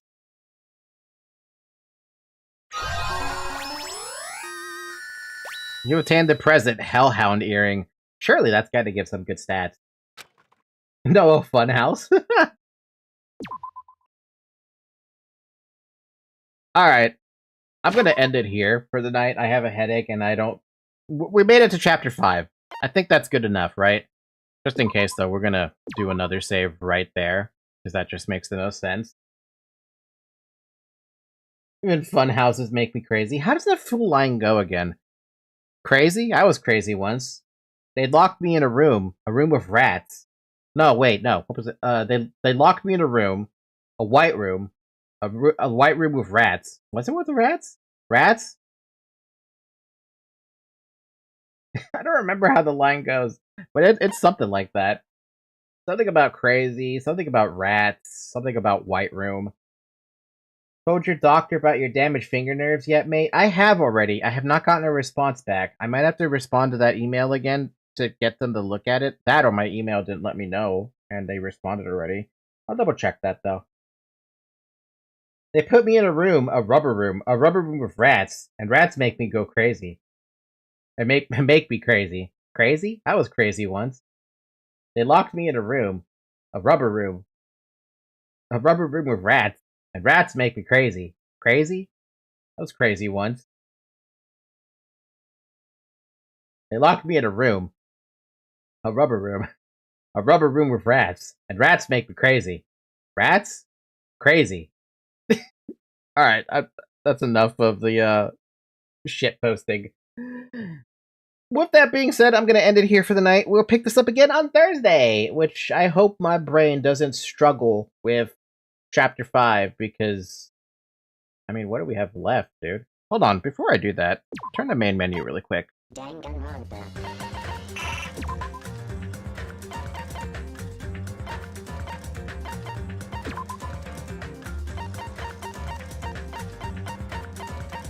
We can buy some new stuff! Fuyuhiko witnesses Russian roulette at Monokuma Rock with blah blah blah blah.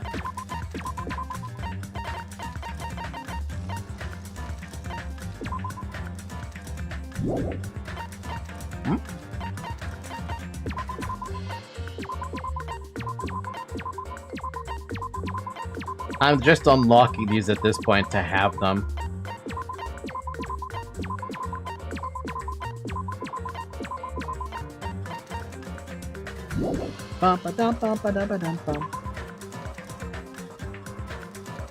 More importantly, what we have, right? What we have is pain. Just all pain. I like how the executions cost so much. I'm gonna get the executions though.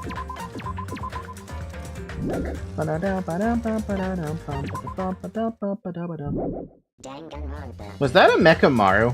That had to be a Mecha Maru. Danganronpa. Danganronpa.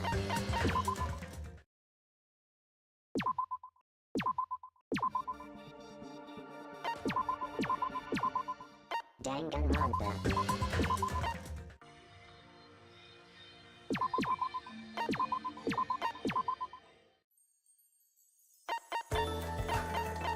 See, that's the song I remember. It was so nice. And then they just take it away from me. Oh, whoa. That's a lot. That's a lot of music. Oh my lord, okay. Danganronpa. Yeah, okay. We're also gonna do Magical Miracle Girl Bonamy next time we play, so on Thursday. And we're gonna take out what I'm assuming is the last Mono Beast. And then I don't know where the game goes from there. Unless we will actually end up fighting Monokuma, then that'd be funny. Okay, with that being said, thank you guys so much for watching.